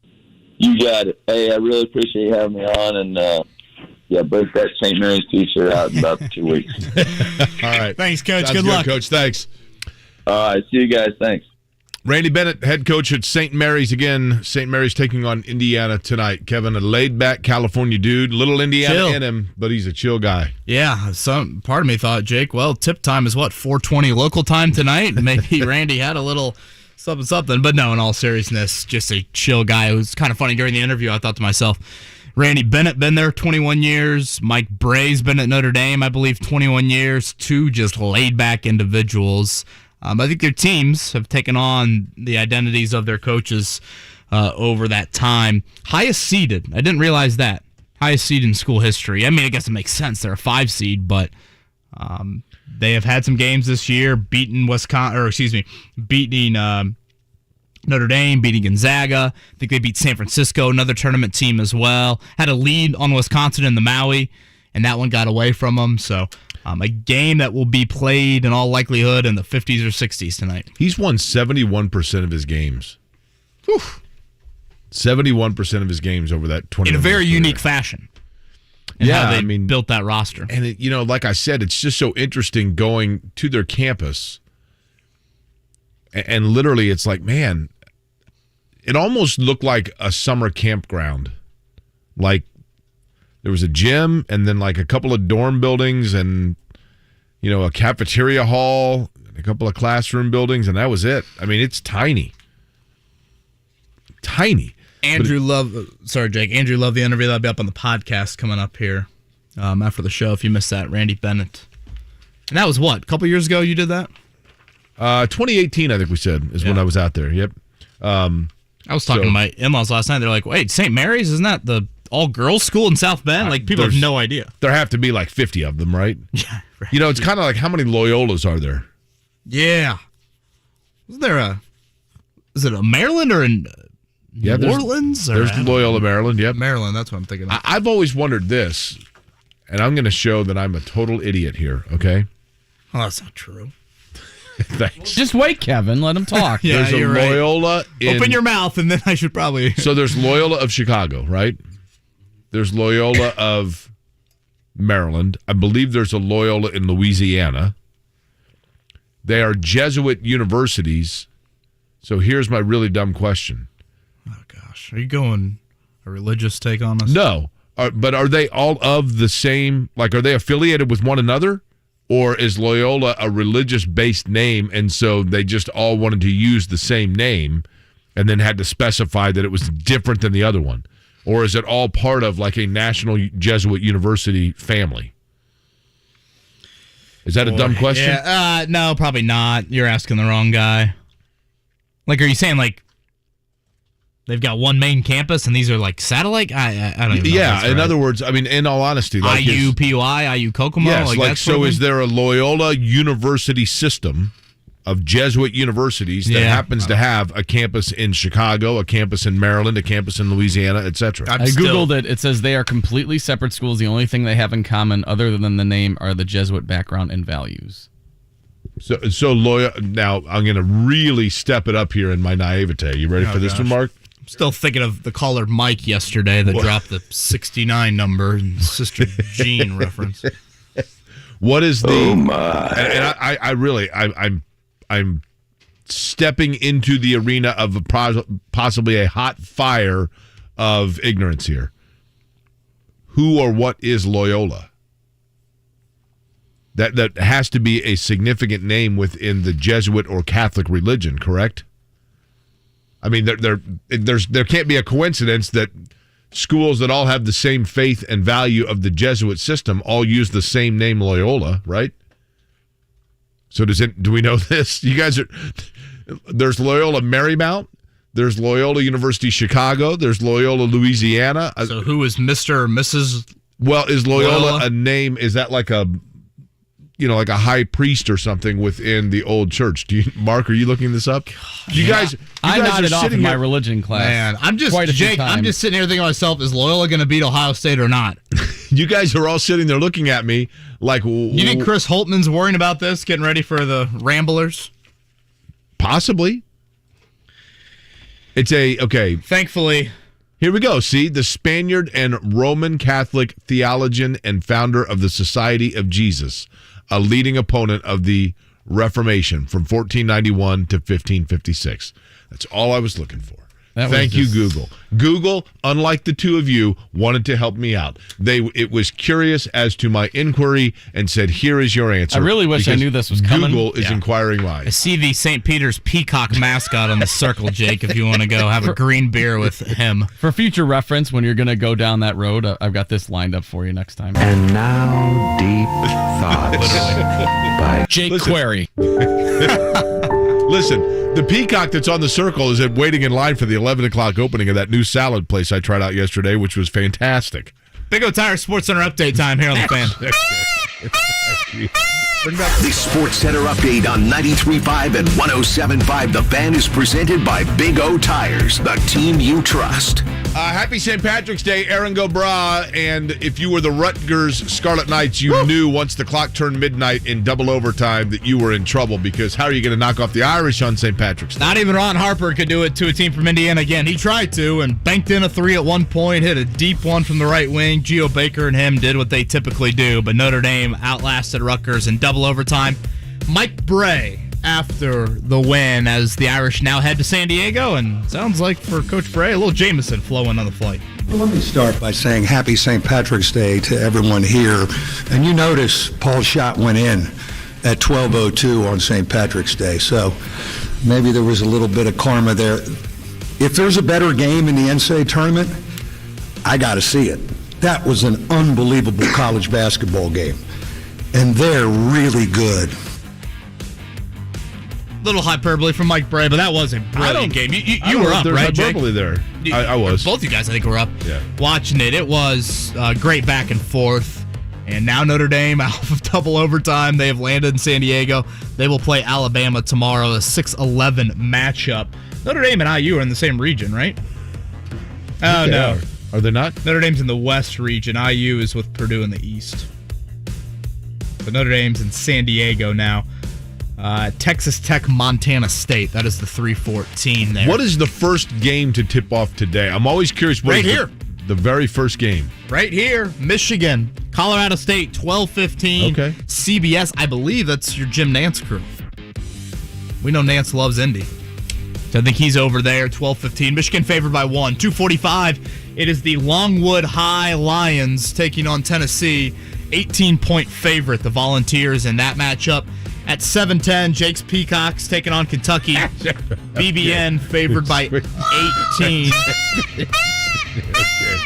And then the nightcap, the Racers of Murray State against the Dons of San Francisco. What is a Don exactly? Murray State is favored that by... Mafia ties? Yeah. Isn't that what that is? Hey, don't get on their bad side. Bunch of Italians on that team there. You do not want to foul San Francisco hard. You go to play them, there's plastic laying on the court. You're like, oh boy, I'm in the wrong room. The winners of the morning, the winners of the nightcap, they will play Saturday over at Gainbridge Fieldhouse. I've said it all week long, Jake, but you talk about a second round NCAA tournament matchup. You get a blue blood in a state like Kentucky and the mid-major that would dream to play that blue blood in Murray State. That's a pretty dream scenario. It's like Ball State playing Indiana at, in Louisville or something like that. Exactly. I think, honestly, in that state, it's probably even bigger, considering Murray State and the run that they've had there. Can we find out the origin of the Dons? Purdue, they will take on Yale tomorrow. That line is climbing, 16.5 points. You surprised by that? By the fact that I'm not sure what the Dons are? No. No, hey, listen, the lines, Kevin, for a lot of these games, I mean, what percent of these opening round games? Purdue. But that's, I would think that Purdue's, most teams in these opening round games, like the closer the seeds, the closer the game, obviously, probably 2.5, 3 points, and then it goes out from there. In the case of Purdue, do you think that Purdue's recent, most teams that are a 1, 2, 3, or 4 seed are like 16 to 20 points?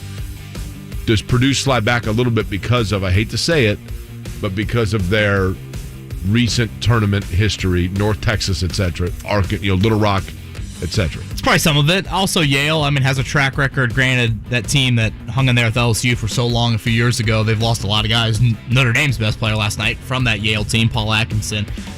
So I'll be curious to see how that one plays out. Again, that's 2 o'clock in Milwaukee. That is on TBS. Spiro Ditas and Deb Antonelli on the call. Antonelli does a great job. I really enjoy when she gets in the fold here on the broadcast teams come tournament time. Pacers, they got another night off. They're back in action at Houston on Friday. The Rockets, the worst team in the league, at 17-52. They've lost 16 of 18. You want to know the history of the Dons, where that originated from? By any chance, does that have to do are you with? feeding right into it? Here's the thing. I do know that the first ever mayor of San Francisco was Don Francisco de Haro. There you go. Does that have anything to do with that? It used to be known as the Gray Fog until 1931, and then they asked students and faculty to help name names, and it came down to the Seagulls, the Seals, the Sea Lions, and the Dons, and the Dons won. Really? Maybe they're looking ahead to a president at one point. That's it. Maybe right? that's what played into it. Jake, you see the new head coach for the Louisville Cardinals going to be announced later? I think later today or tomorrow. Did they go with Kenny Payne? Kenny Payne. Was he a good player? I think he was a good player. He played there. I certainly remember him, but he was coaching in the NBA, right? Yeah, for the Knicks, assistant at Oregon and Kentucky as well. And you see Xavier opened up yesterday? Travis Steele. That was a little bit of a surprise, Butler right? grad. No tournaments, though, in the Steele era. I saw that Michael Lewis's name has been floated around for Ball State, and then people were like, well, wait a minute, what about Butler? Butler has yet to open up that job. Evansville's open as well, is it not? Is it? I think, or if it's not, I think there's speculation Todd Licklider would be out. Yeah, and I love Todd Licklider. But so far, Laval Jordan, nothing on that front. Again, I think there have been some rumors 1 year left on his contract. We'll see how that plays out. The Xavier opening, do you go back to the Miller coaching tree? Do you go Chris Mack? Interesting, because Archie Miller is apparently close to landing the job at Rhode Island. Saw that. Sean Miller available, Chris Mack available. Some off-court questions, but you want to win? Those two won there at a really high Good point. level. All right, Zach Keefer's going to join us at 9 o'clock to talk more about Yannick Ngakoue and that trade the Colts had. Again, 6 starting jobs open for Indianapolis now that free agency is officially underway. Quarterback domino still to fall. You got to think it's Deshaun Watson, and then that'll kind of play out to see, all right, what about Baker Mayfield? What about Matt Ryan? Jimmy Garoppolo is still a 49er as of today as well. We'll give away our final numbers. How many we got left, Jake? We probably have 15 to give away here. Oh, we still have got that many? Yeah, we've got a fair amount. I will tally up which numbers are still available so that we don't double up and we can do it rapidly. Cool. We'll do that next here. Kevin and Query on a St. Patrick's Day Thursday, a gorgeous St. Patrick's Day if you're coming downtown for the parade. Enjoy that. 93.5, 107.5, The Fan. Join Dan Dockich live this Thursday from BottleWorks B-Ball Bash from noon to 3. BottleWorks B-Ball Bash, March 17th through 20th. More info at BottleWorksDistrict.com/B-Ball Bash. CarX Tire and Autos March specials include lifetime brake pads installed just $109.99 per axle and free battery and cabin filter check at CarX. For the location nearest you, it's CarX.com today. Make the short trip to experience Antler Point Golf Course in Rushville, less than an hour from Indy. Give Antler Point in Rushville a swing.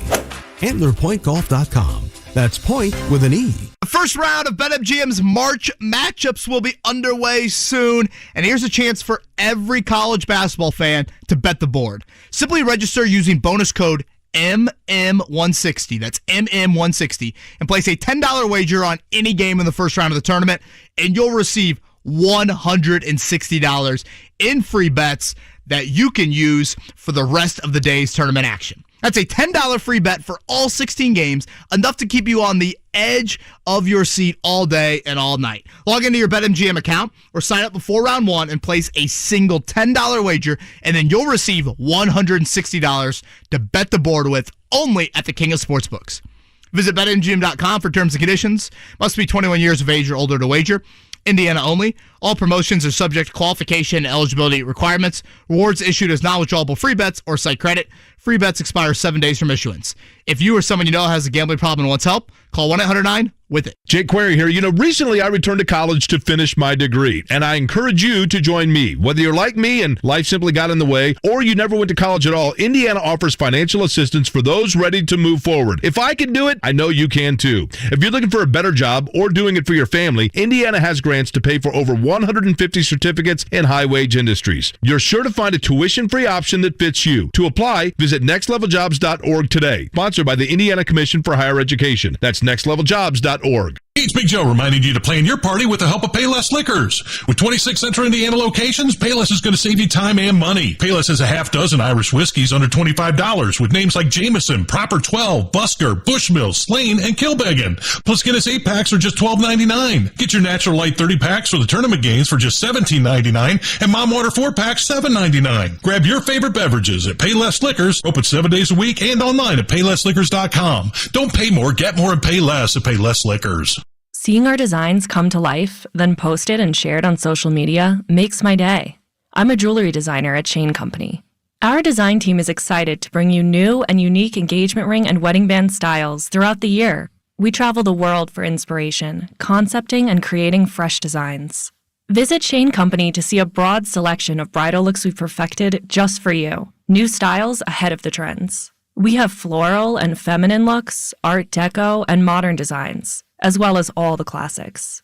Once you find an engagement ring you love, we have so many options to make it uniquely yours. For your center stone, we offer natural diamonds in 10 different shapes, as well as vibrant sapphires in over a dozen colors. Or you can choose a ruby, aquamarine, or peach morganite. Then add your own touch with an elegant decorative crown and engraving. So come in and bring your dream ring to life. Now you have a friend in the jewelry business. Shane Company and ShaneCo.com. Dan Dakich lays some knowledge. This is a 10-year plan, and if you don't think so, then God bless you. Colts have no quarterback right now other than Sam Ehlinger. Left tackle is no good. Cornerback is questionable. Wide receiver group not good enough, and we are going into our 100th edge rusher. You're in year 6. You haven't won nothing. You would rather have cap space than you would wins here in Indianapolis. Dan Dakich, weekdays noon to 3 on 93.5 and 107.5. The Fan. Some may be from showing up, others are from growing up. Sometimes I was so messed up and didn't have a clue. I ain't winning no one over. I wear it just for you. I got your name written there in a rose tattoo. You're listening to Kevin and Query on 93.5 and 107.5. The Fan. Happy St. Patrick's Day to everybody out there. Just a Chamber of Commerce day, weather-wise, certainly here in the city of Indianapolis. Absolutely gorgeous today. Can't wait to see everybody out and about and enjoying, probably outside of the Indy 500, you are right, Jake, the day of the year in the sports world. Notre Dame has played games before on St. Patrick's Day in the tournament. I remember my freshman year at Kansas. Kansas must have played in the 91 tournament on St. Patrick's Day because everybody had green Kansas T-shirts that were made for it. I feel like Notre Dame wore green basketball jerseys one year in the tournament. I think that's right. On St. Patrick's Day. I think that's right.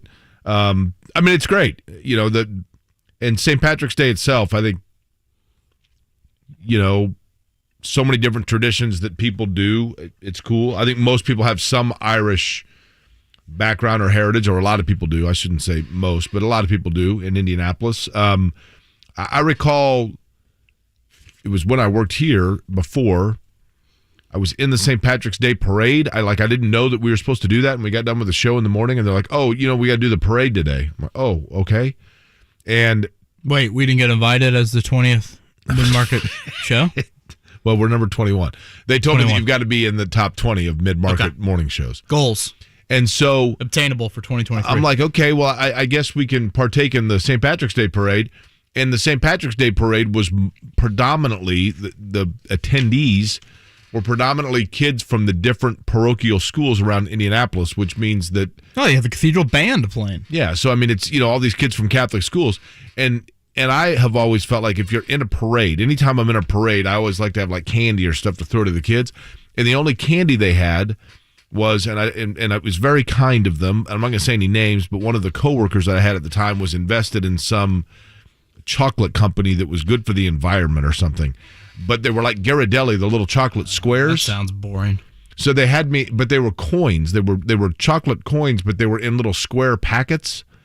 So midway through the parade, I'm handing these out to all kinds of kids, and I'm getting dirty stares. And then I realize that the parents of these Catholic kids are convinced that I'm the guy passing out prophylactics. No. And it did not go over well. People were like, I was like Kramer without wearing the AIDS ribbon in the walk. People were yelling at me. Oh, this is awkward. Yeah, I was going to say. So now we know why you haven't been invited back. I've got like a PTSD about St. Pat.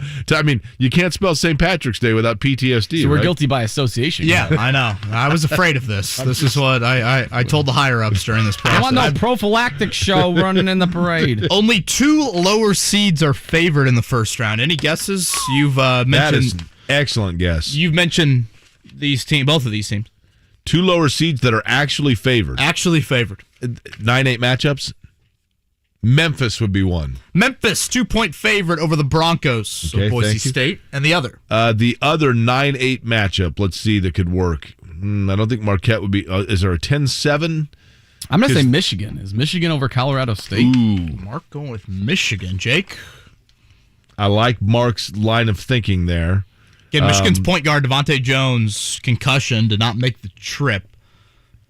I had Michigan in the Sweet 16. I probably should rethink that. I'm going to say Loyola of Chicago is favored over Ohio State. You just wanted to get back in the Loyola conversation. Indeed, Mark Dykton.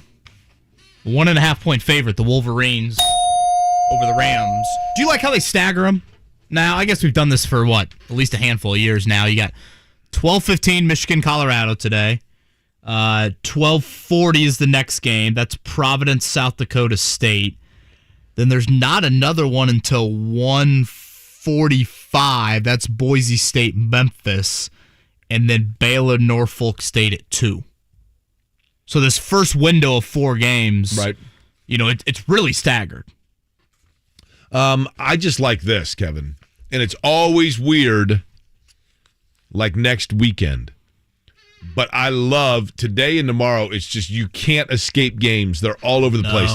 And the other thing, my wife is cringing right now hearing. Well, that. here's the other thing about the NCAA tournament that I love, and I think about this every January. There's something about the tournament where I will sit and watch an entire game between, I'm just going to glance here and boom, Tennessee and Longwood. That'll probably be fairly ugly early, right? Alabama, Notre Dame. Don't say anything offensive. Providence, South Dakota State. Games like that, I wouldn't watch. February, I ain't watching that. Yeah, for sure. But in the tournament, I'll sit and watch the entire thing and be glued to it. But what happens is a couple of days pass, and then you sit down and you think to yourself, because tonight there's going to be games till 12:30 and tomorrow night, right? And then by next weekend, you're like, wait a minute, there's only 4 games today? It's it's literally like a withdrawal. Mm-hmm. Yeah. The first 2 days. And nothing during the day. And nothing during the day, right? The first 2 days of the NCAA tournament are sports magic. I wonder if it is as magical to people living in Miami or San Diego or Phoenix. I think so much of it is, look at it outside today. It hasn't been like this in 3 months. This is what is synonymous. When I think of the NCAA tournament, I think of it as the weather breaks right at that time, and it's always like on a day like today where you're like, oh my gosh, I haven't gone out without a jacket in months, and the tournament is here, and spring is here, and the 500's around the corner, and just everything about it is awesome. Jake, will you look up the numbers that we still have? Here are the numbers that we have remaining. Because I know we got some people on the phone lines. And again, for those that don't know, we're giving away, the most exclusive prizes of any mid-market radio station? I think here are the prizes so far that we've come up with, and this shows you where we rank within this building. Mm-hmm. Jake's going to hand out candy. That's what he's going to do. Yeah, exactly. Right. Candy or prophylactic, it's up to you. Or an hour class about Loyola. I think the winner will go down to the salad place downstairs, and I'll buy you a salad. That's the winner, the grand prize. God. Or a beer. Salad or a beer, your choice. Maybe a koozie, autograph photo maybe. But the pride also of saying that you have a team in the Kevin and Query Sweepstakes. High end, maybe a deck of cards with our picture on it. We could all 3 chip in and buy something for somebody. Buffet at the Red Garter. Let's go, boys. Hey, how about this? You know what'd be fun? DJ's a big listener over there. One of the grand prizes, I will go online and buy a T-shirt of the winning team for the winner. How's that? Or maybe the fan of that person. What do you mean? Well, what if they're a Purdue fan or IU fan and Purdue wins? Well, if they don't want a Purdue shirt. Sure, because people will say, why are you wearing a Purdue shirt? And they'll say, because I won it in the fabulous Kevin and Query. Go in the backyard. Numbers burn it on. sweepstakes. Get them a San Francisco Dons. 3 winners. The NCAA champion, the double-digit seed that makes it the furthest, and the biggest blowout. Jake, the final 10 numbers. 25, 35, 37, 38, 48, 52, 53, 56, 60, and 62. So if you are on hold, you got to pick one of those numbers. You pick one that's not one of those numbers, you're gone. We'll begin at 239-1070 with Nick right away. Hi, Nick. What number you need? Hey, can I get 35? 35. Nick, are you? That is right, Nick. Who is your team, Nick? I'm actually a Purdue fan. Okay. Go. Nick, what if I told you that you got the school that Rondell Moore broke their heart and people still talk about it? Do you know what school I'm talking about? Oh, man, Ohio State sucks. I'm with you, man. It doesn't look like Nick wants an Ohio State t-shirt, The Suck Eyes are off the board. Christian. Hi, Yes, Christian. sir. How are you? Pretty good. How are you? Doing fine, thanks. What number would you like? 48. Number 48. Christian, when it comes to number 48, let me ask you something. Christian, are you somebody that practices good dental hygiene? Unfortunately, no. Do you floss? Oh, no. Heavens, no. Do you brush your bad teeth? flosser, too, Christian. How often do you brush your teeth? Every day. When you brushed your teeth this morning, what brand of toothpaste were you using? Oh, Colgate, great. Hey, I got them upsetting Wisconsin. Biggest blowout, or it could be the longest 14th seed in the Midwest. Off the board. Good thing Crest isn't a sponsor there, Jake. Jeez. Keith. 63. 63. Keith gets right to it. It Keith is gets taken, right to it. Keith. Give us another one. You say 53 or 63? 53. 53. Ooh, Keith, let me tell you something. You talk about an animated coach. They are now a 2 seed. They were once ranked number 1 in the country this year at 27-5. The 2 seed in the Midwest is Auburn. Auburn off the board with 53 to Keith. Greg, give us a number. 62. Number 62 for Greg. All right, Greg. Boo. Greg, you got Auburn's rival, buddy. Roll Tide. Alabama off the board. 6 seed. They're in San Diego hosting, or I guess welcoming Notre Dame tomorrow. Brian. Hey, good morning, guys. Brian, happy St. Patrick's Day. What's the number of choice? 38. 38 for Brian. Brian, you listen to the program much? I try. Usually in the earlier parts. I don't know if you know this or not, Brian, but we try to make this show both educational and informative. Earlier, we went into an educational rant on the history, or entertaining too. Don't sell entertaining short. and informative, yeah, and educational. Brian, we talked about the origin of one of the mascots, the nicknames for one of the teams in the tournament earlier this morning. Do you know what school that was? San Francisco. That is correct. You got the Dons. San Francisco off the board. He's like, well, I've heard 27 of those over the course of the week, so I'm not sure exactly which one that you are Peacock, San Don's, Francisco toothpaste. referring to. San Francisco, I think, they were one of the last 3 teams in the country to lose a game this year, to be undefeated before they first lost a game. I got 4 numbers left. So you're 5. 5. Should we do them now? Sure, why not? Corey. Sir. Corey, what's up, man? Hey, what's up? Give us a number. 25. Corey, you sound like a party animal. Are you a party type guy? Hey, I'm ready for the party. Let's go. Corey, how many green beers you drinking today? Not enough. Corey, let me tell you something. I like consonants, which means multiple words put together that start with the same letter. So it's only perfect you went with 25 because Chattanooga choo-choo for Corey. The Mocs are off the board. We're going to have Zach Kiefer in about 15 minutes, talk more about the Yannick Ngakoue trade and Colts free agency this week. I got 4 numbers left. Let's go with Reed. Hey, KB. KB, let me get number 7. What's up, Reed? 7, unfortunately, has been taken. You got to follow along here. 37, 52, 56, and 60. 60. 60 for Reed. Pray for the big blowout, Mr. Oh, Garlock. Norfolk State. They've got Gonzaga. Wasn't Kyle today. O'Quinn with Norfolk State? Great call. Kyle O'Quinn is a great interview. He was a great dude. Dale. Yeah, good morning. Dale, 37, 56, or 52? I'll go with 37. Ooh, I'll tell you what. I think this team could have a little bit of an upset run in them, but hopefully not too far if you're a Purdue fan. That would be correct. They would have to knock off Purdue if they make a run. Virginia Tech. The Hokies of Virginia Tech. All right, 2 to go. Joe, 52 or 56? I think you've got one NCAA championship contender still left, by the way. Ooh, how about 52? 52. Now, what's your first name again? Joe. Joe, give us a first initial. I think we got a couple Joes in the pool. Well, I'm Joe to the C from the YouTube chat. Oh, Joe. Hey, Joe. You like to rile things up in there. Do you like to slow things down when you do things? Absolutely. Then you're going to love this team you got, Wisconsin at 24-7. The 3 geez. seed in the Midwest goes to Joe. That means there is one team left. One team left. They're playing right here. Eric, welcome to the show. Good morning. Eric, you are getting a team that will play the first game today. Jake, you've probably watched them play this year, haven't you? I have, because they took on Wyoming. They also are another one that went very deep before losing their first game. They are the 6th seed in the South.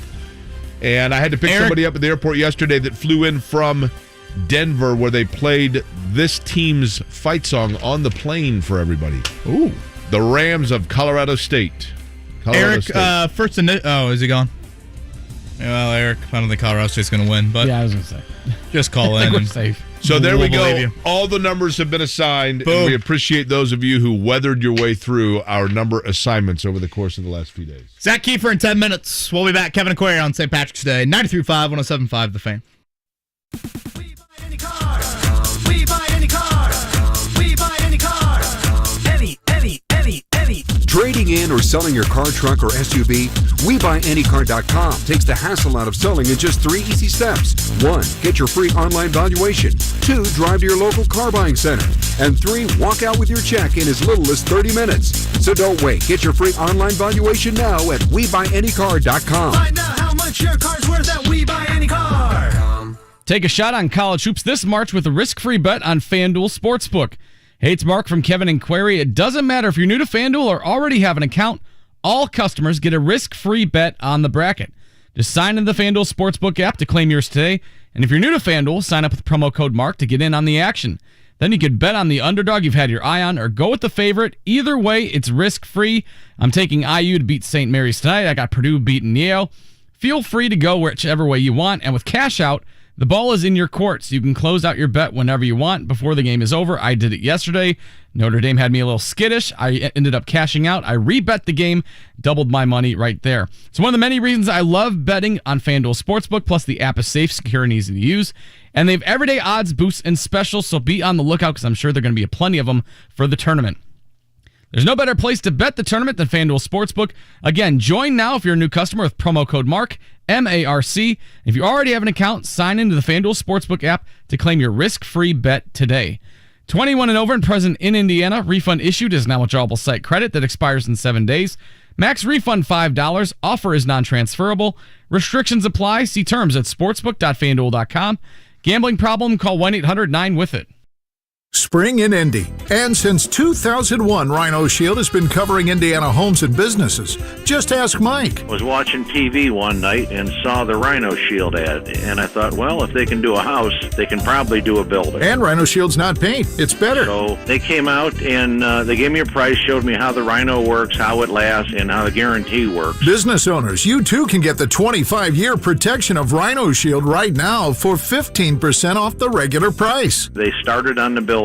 They waited for us to leave, and they worked Saturday and Sunday so they wouldn't affect our business at all. This was the great part of it. I came back Sunday night, and you couldn't even tell they were here. There was no paint on the ground. They did a fantastic job. Here's owner Shane Smith. This offer is limited, so call me at 888-RHINO-41. That's 888-RHINO-41. Don't paint. Don't vinyl. Go Rhino. Hey, don't Rhino, go Rhino Shield. Never paint your house again. Rhino Shield.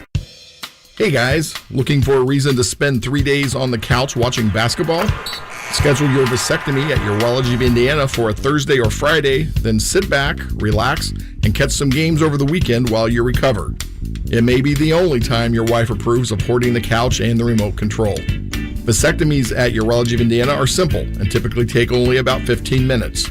Soon after, you'll be out the door and on your way home. During your recovery, you'll take ibuprofen and be back to your normal activities in 3 days.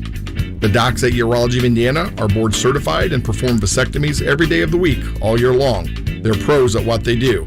And they have multiple vasectomy clinics, so chances are good there's one close to you. If you've been putting off your vasectomy, now is the time. You'll never have a better excuse to watch basketball. Call Urology of Indiana or visit vasectomyindy.com for information and to schedule an appointment. That's vasectomyindy.com. Soccer Saturday featuring Indy 11. If this is your football, this is your show. Saturday at 9 on The Fan.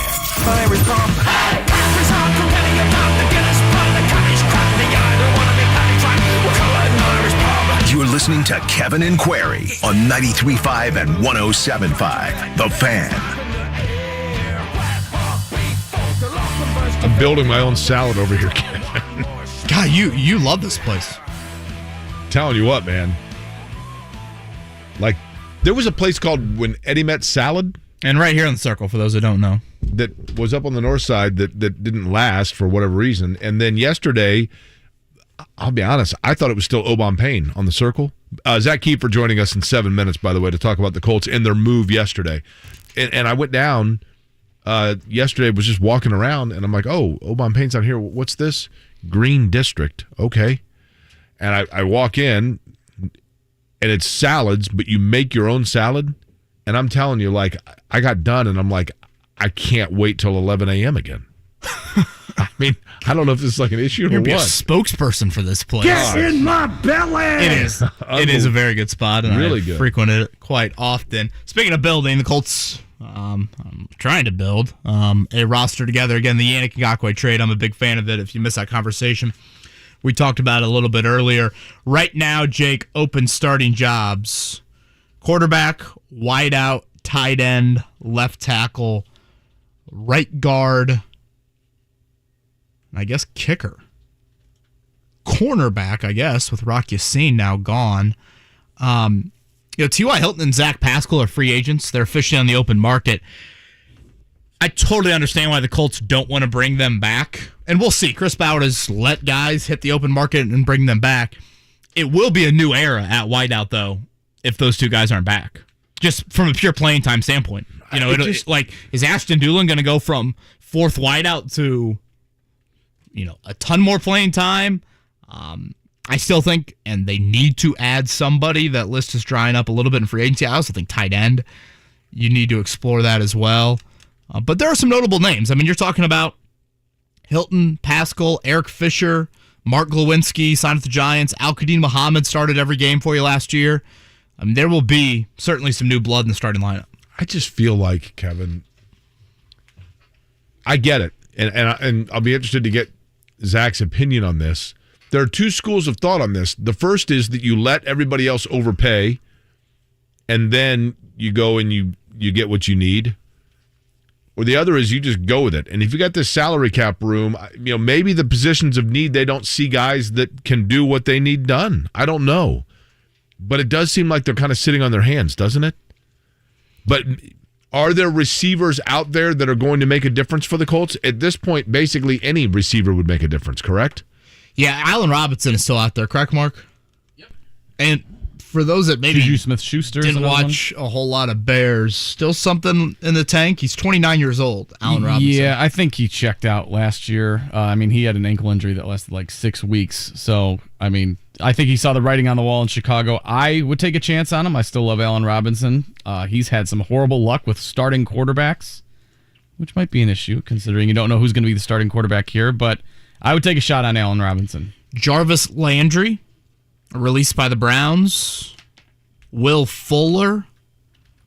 By the way, I'm not in the Julio Jones market. You see he got released yesterday? Yeah, he's like 100 years old, right?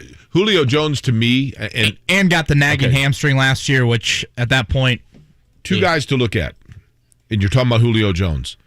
Historically speaking, Anquan Bolden, Andre Johnson. One of them seemingly kept finding the fountain of youth and was worth late career signings. The other one, and Andre Johnson, absolutely fell off a cliff, and the Colts paid the price for it. I think he's probably Andre Johnson, right? Especially when the injury situation popped up last year. It seemed like every time he came back, he re-injured that hamstring. So we'll talk more about this with Zach Kiefer coming up next here. Kevin and Query on St. Patrick's Day. Again, a gorgeous day here in the city of Indianapolis. 93.5 on 107.5 The Fan. The Ride with JMV. Gus Bradley, who is the new defensive coordinator of the Colts. I think as a defensive coordinator, you're always looking at that fourth quarter rush and how important it is. It wins games for you. It starts up front with our defensive line, and then we build around that. And those cover corners, especially in our style of play, we're going to be aggressive on the perimeter. You see a lot of press coverage. We've got to win, at the line of scrimmage. The Ride with JMV. Weekdays, 3 to 6. On 93.5 and 107.5. The Fan. Do you need air conditioning service and need to find a local well-trained expert you can trust, like Family Heating and Air Conditioning? Find that American Standard Air dealer at IndyHomeComfort.com. This will be a night the whole family will remember. A 40-point night for Miles Turner. Join us for your new family tradition, Lucas Oil Family Night at Gamebridge Fieldhouse. Smith can shoot the three and hits the three. Each ticket purchased through this promotion includes a Pacers hat, hot dog, bag of chips, and a small Pepsi product. Now that's family values. Your Indiana Pacers meet the Portland Trailblazers on the next Lucas Oil Family Night Sunday at 3:30. Get your tickets at pacers.com/family. Indianapolis. At Geico, our employees' careers matter to us. We're starting a family, so benefits matter to me. You got it, Anna. Geico offers a comprehensive benefits package and paid parental leave because family matters. Your hopes and dreams matter. Even your morning coffee routine matters. You know what they say. Live, laugh, half-calf macchiato, extra whip. When it comes to your career, what matters to you matters to Geico. We're now hiring claims, sales, and customer service agents. Apply today at careers.geico.com/Indianapolis and let's get growing. Every dribble, every pass, and every bucket, all in the palm of your hand. Because now you can sign up and bet. No strings attached with Bet Rivers Sportsbook app featuring award-winning customer service. Live in-game bets, player props, and instant betting bucket to bucket. Don't miss out on all the big games. Get in the action with Bet Rivers Sportsbook app. Must be 21. Must be located in Indiana. Gambling problem? Call 1-800-9-WITH-IT. 1-800-994-8448. Hey, it's JMV, and if you're like me, getting a good night's sleep is really important. But for years, I was sleeping horribly because my snoring. It was affecting my health and my daily life. Everything I tried failed until I went to Aurora Sleep Clinic. At Aurora Sleep Clinic, they set me up with a simple, comfortable, and affordable custom-fit mouthpiece. I wear it at night, and it has incredibly stopped my snoring. I sleep great and wake up refreshed. I love it, and so does my wife. Visit StopYourSnoreNow.com to schedule your free consultation today. 93.5 and 107.5, The Fan. WIBC HD2, W298BB, WIBC HD3, W228CX, Indianapolis. Join me today. Colts making moves. Boilers getting ready to play. IU playing. What a day. Let's go. Let's have a day. It's the best day of the year. Join me from noon to 3 today. It's Kevin and Query. We'll have some classes at times. Hey, we're calling the plays, all right? We got to run the ball. Watch.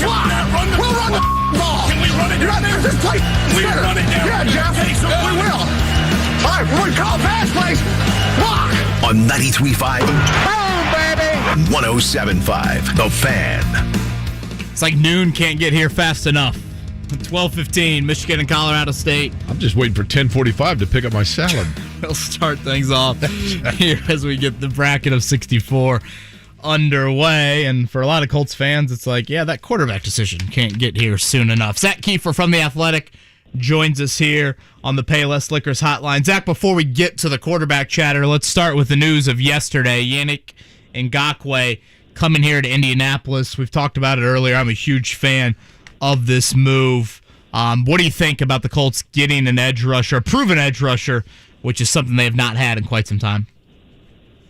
Yeah, they've been looking. They made it pretty clear at the Combine that they wanted to go find a defensive end, and they were looking the last couple of days. As soon as the tampering period opened, they were making calls. So I knew they were going to address the position. I didn't see a trade coming. But Ngakoue is really everything they didn't have last year. They didn't have anybody get to 10 sacks. They don't have this kind of speed off the edge. He's going to be perfect for that Leo spot in Gus Bradley's scheme where he lines up basically a yard or two outside of the offensive tackle.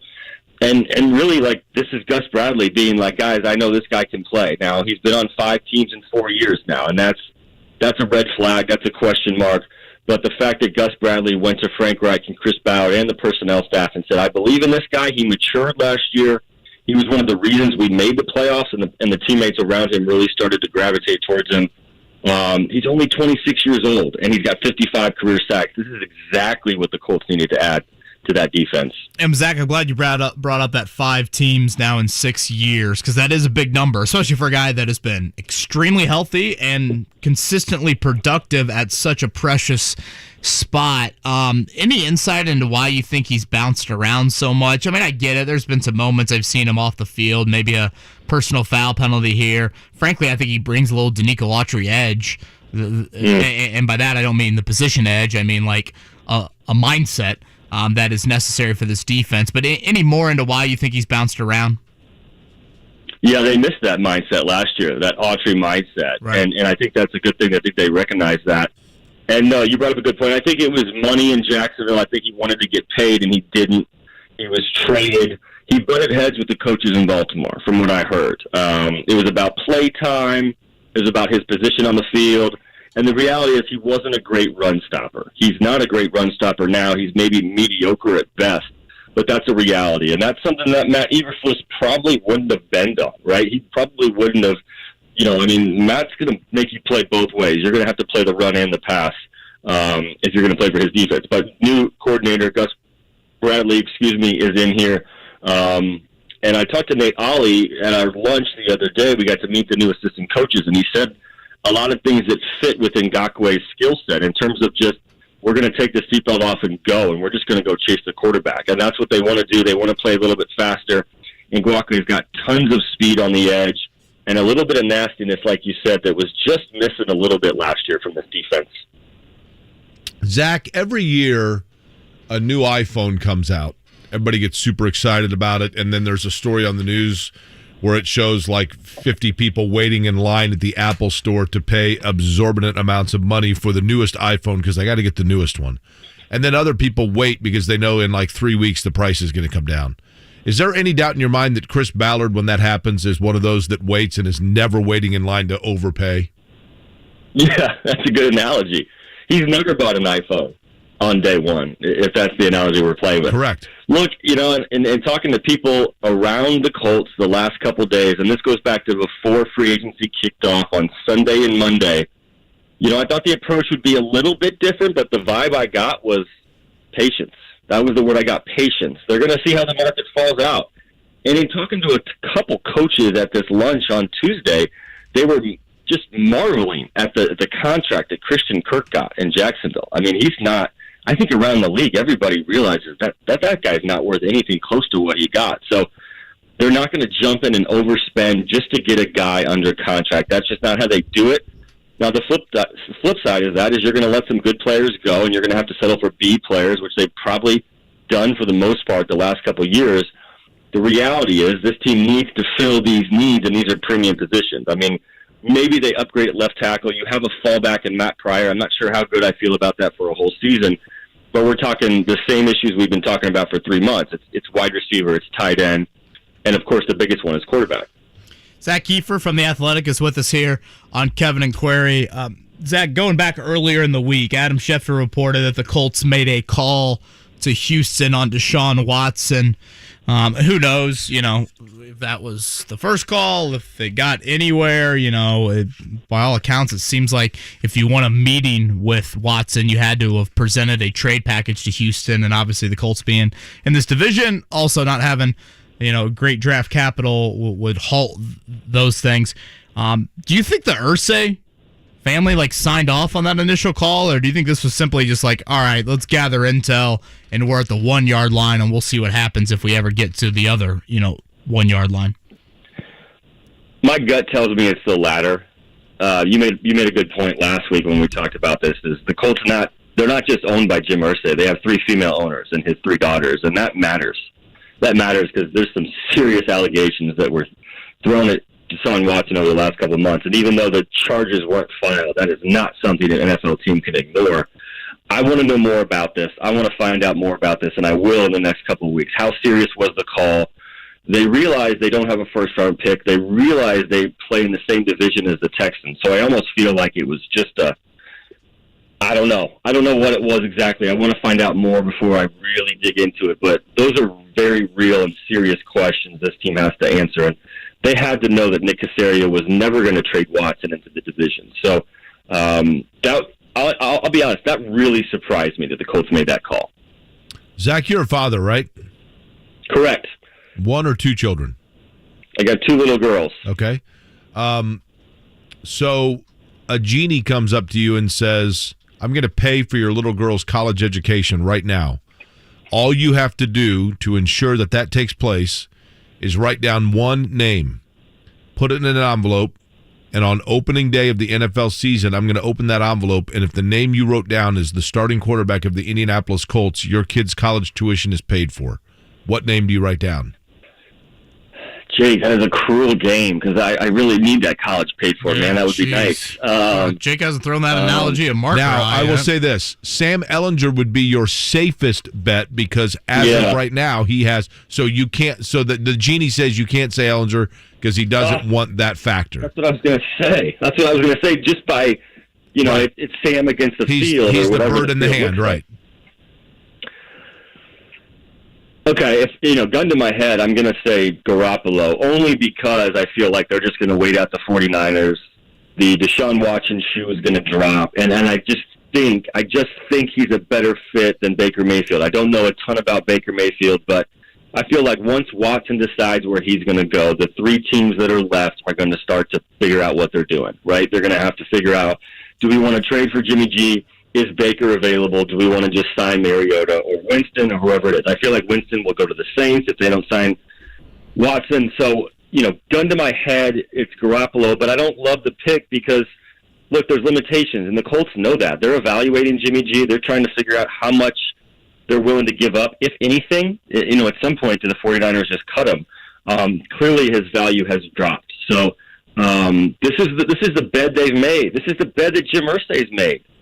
They're looking for a quarterback, a week into free agency, and there's not a lot of great options out there. And I'm ruling out, like, if Derek Carr is somehow available, go get him. It's going to be tough without a first, but I'm living in reality here, and unless that happens, I feel like you're just not going to love your answer. So, to answer your question, Jake, I'm going to say Jimmy G. I don't feel great about it, though, and I don't think my college tuition for my kids are getting paid for. So they seemingly know, though, and this is why, to me, Zach Kiefer from The Athletic is our guest on the Payless Liquors hotline. Here's why, to me, it's intriguing. No matter what, whether you're talking about Garoppolo, whether you're talking about any of those names you just mentioned, Derek Carr might be the outlier here, but the rest of them all feel like stopgaps. And if that's the case, then again, we're just extending this inevitable drama for another 2 years. And I realize that this is the NFL. I get it. But at some point, don't you have to look at Chris Ballard and go, look, man, how long are we giving this? Yeah. You can't kick the can down the road for 5 years. You can't do it. The grace period from Andrew Luck's retirement is long past. And at some point, you're going to have to draft. You're going to have to draft a quarterback. And I don't mean the 4th round with Jacob Eason. I don't mean the 6th round with Sam Ehlinger. I mean, you're going to have to spend prized draft capital, 1st or 2nd round, on a quarterback, because that's where the quarterbacks come from. They all come from the 1st or 2nd round. And it's still a 40% miss rate in the 1st round. And the Colts, I don't expect them to have a top 5 or top 10 pick next year. We'll see what happens. But that's what you're doing. You're kicking the can down the road. And it's exhausting for the team, and it's exhausting for the fan base. And it's all we've talked about every offseason the last 3 years. Are they going to keep Brissett? Are they going to go get Rivers? Well, they went and got Rivers. What are they going to do to fill Rivers' spot? Well, they went and got Wentz. Well, that was supposed to last 3 or 4 years, and it blew up in 1 year. So this is the reality they're in. This is the hamster wheel they're in. And I think if you're Jim Irsay, and I think we know where this Wentz move came from, do you afford Chris Ballard and Frank Reich a little bit of grace period to figure this out? Because I think it's pretty obvious that they probably would have run it back with Carson in light of lack of better options, right? Without having a great option out there, they probably, gun to their head. Do you think Ballard would have? That's what I haven't got a straight answer on. I don't think he's as high on Carson as Frank was, and I think he was very, very ticked at the way it ended. But I think Ballard looks at the market and says, Carson's better than most of those guys. We have him under contract. We'll run it back. But he hasn't told me that directly. Yeah, that's the one that I can't. If it was Frank, certainly. Jim, obviously, we saw what happened. Chris is the one that, I don't know, I think he's a little bit closer to Jim than Frank on that. Zach Kiefer from The Athletic is with us here. Again, Payless Liquors Hotline. Zach, we've seen Ballard throughout his free agency tenure here let in-house free agents hit the open market and yet still bring them back. I mean, probably 1 or 2 every year. So I'll throw some names at you. T.Y. Hilton, Zach Pascal, Eric Fisher, Chris Reed, Kamoko Ture, Xavier Rhodes, Michael Badgley, George Odom. Any of those names, again, current free agents now that the new league year has started, do you see any of them being brought back?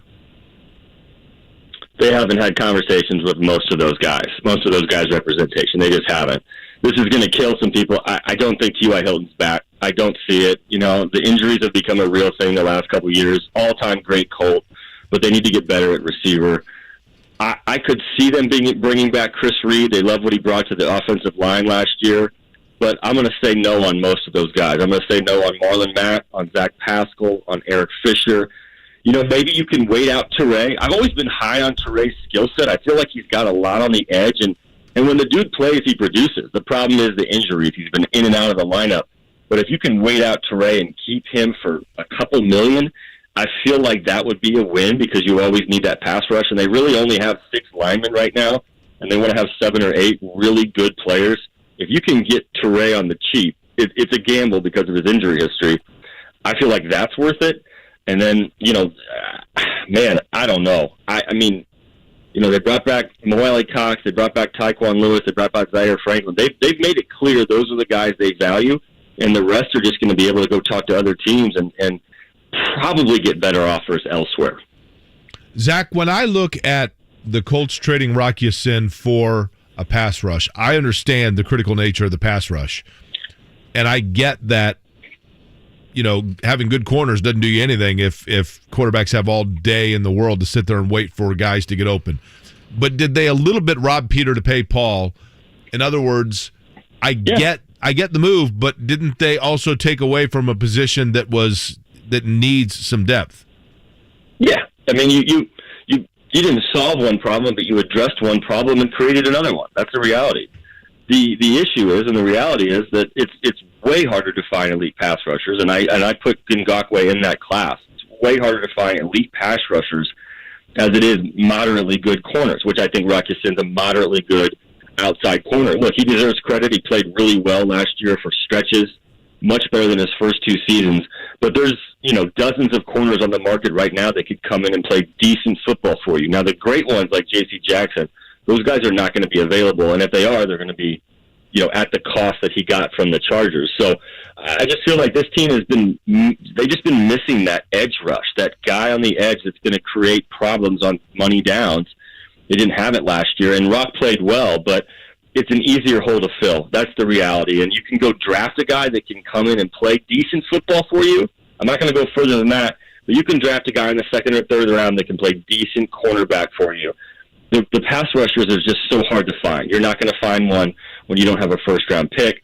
And if you're going to go get them on the market, they're going to be obscenely expensive. Look at the deal that Von Miller got, and he's, 33 years old? I mean, that's just insane money.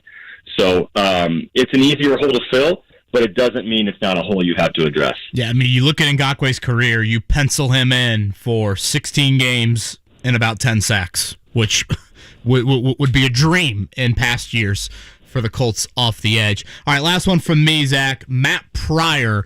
I don't know if he's related to Mark Pryor, but Matt Pryor re-signed. I actually think they spell their last names differently. Re-signed offensive lineman. Is he the starter at left tackle week 1? As of right now, he is. Now, we'll see what they do. They're willing to wait this one out, I think. Remember what Chris Ballard always says? He says, you don't just build a team in March. You don't just do it in the draft in April. This is a team-building thing that's going to take April, May, June, even into July when they will sign guys. So that's a hard position to find in July, though, and say week 1 starter.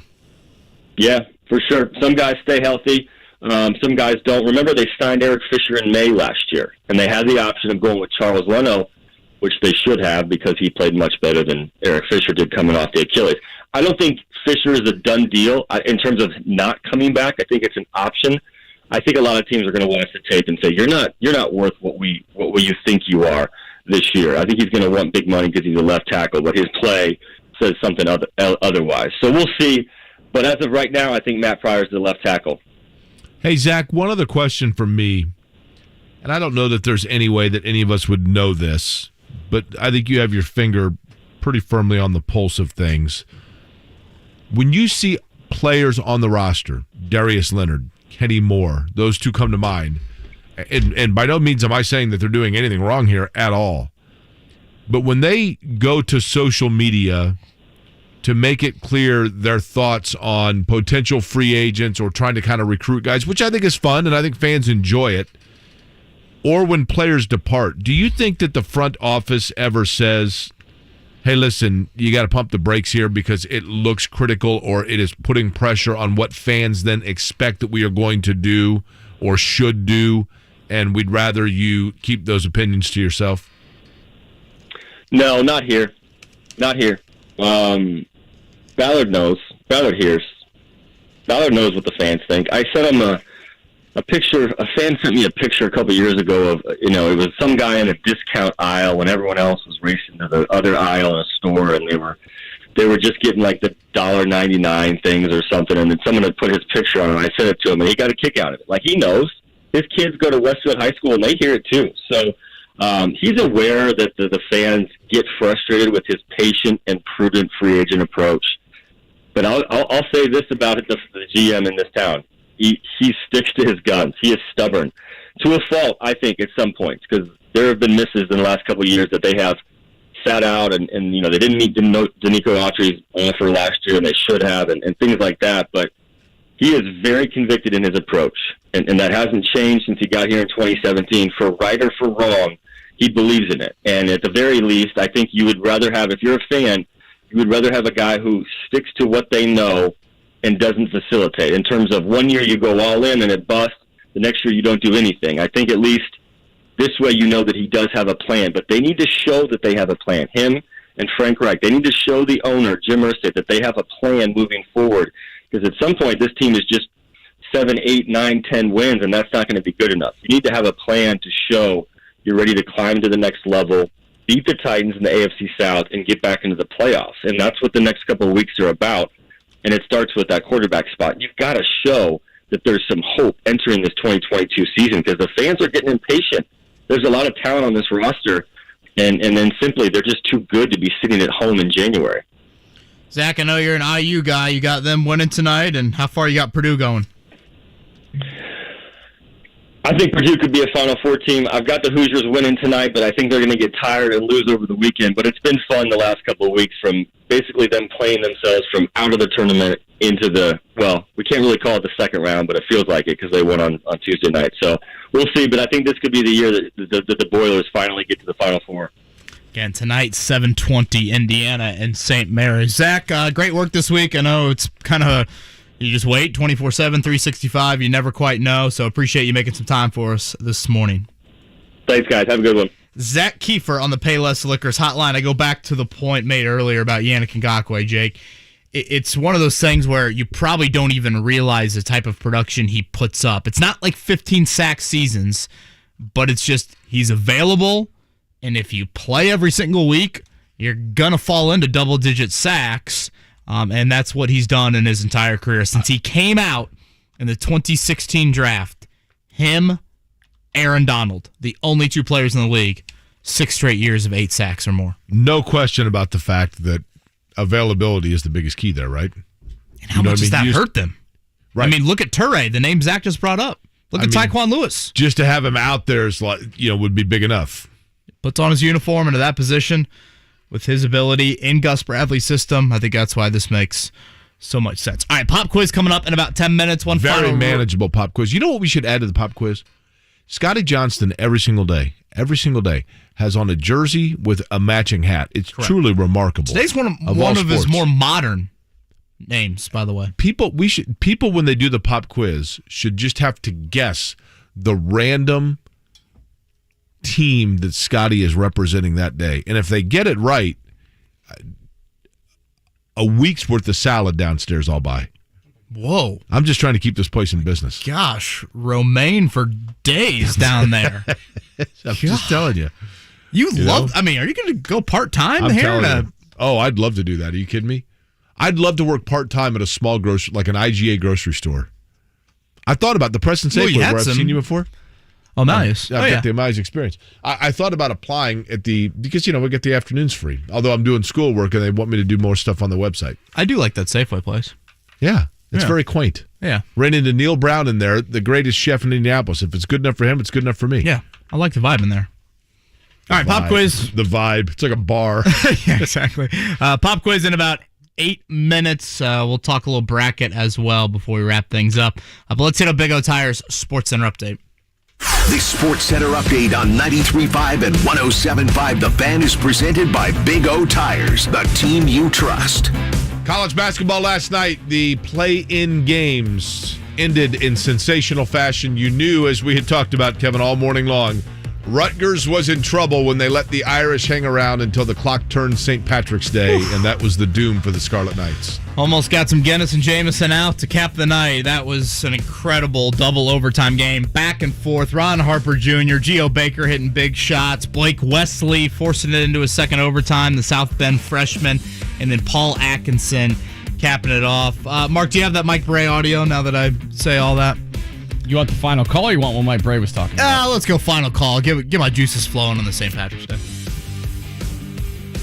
No timeouts for Notre Dame. Wesley will hold it. Coach Pike was telling his team, stay down. Don't go for any pump fakes here. Stay disciplined. Defend without fouling. The freshman with the basketball. Wesley heads to the hoop.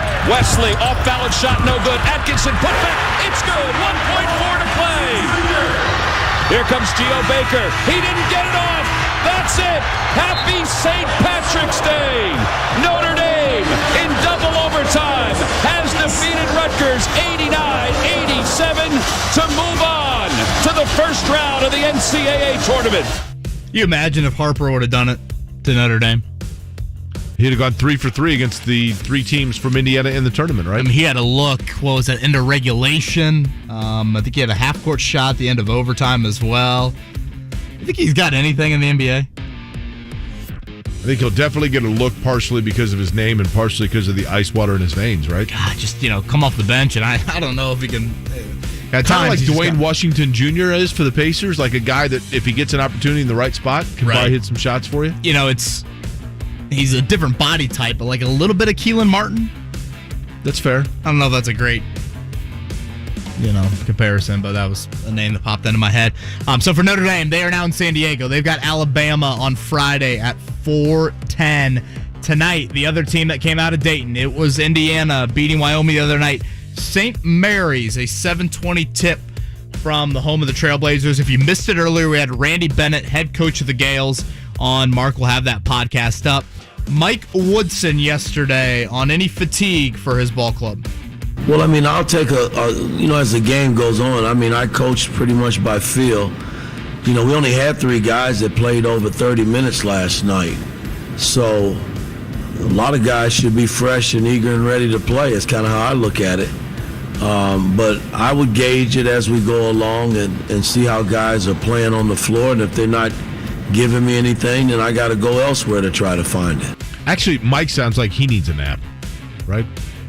Some people were saying Randy Bennett sounded like he had started his St. Patrick's Day early. That's just Randy Bennett. That's just how he talks, I'm telling you. Like, I've been around him, he's just like, laid back. Ron Harper Jr. has a little Chris Copeland to his game. Oh. Okay.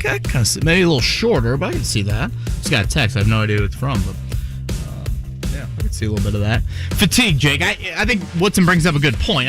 3 guys played over 30 minutes. And again, St. Mary's is not going to get up and down the floor. They want to slow it down, late clock, run offense. This is a game that the first one to probably 60 wins the game. Maybe 65, but...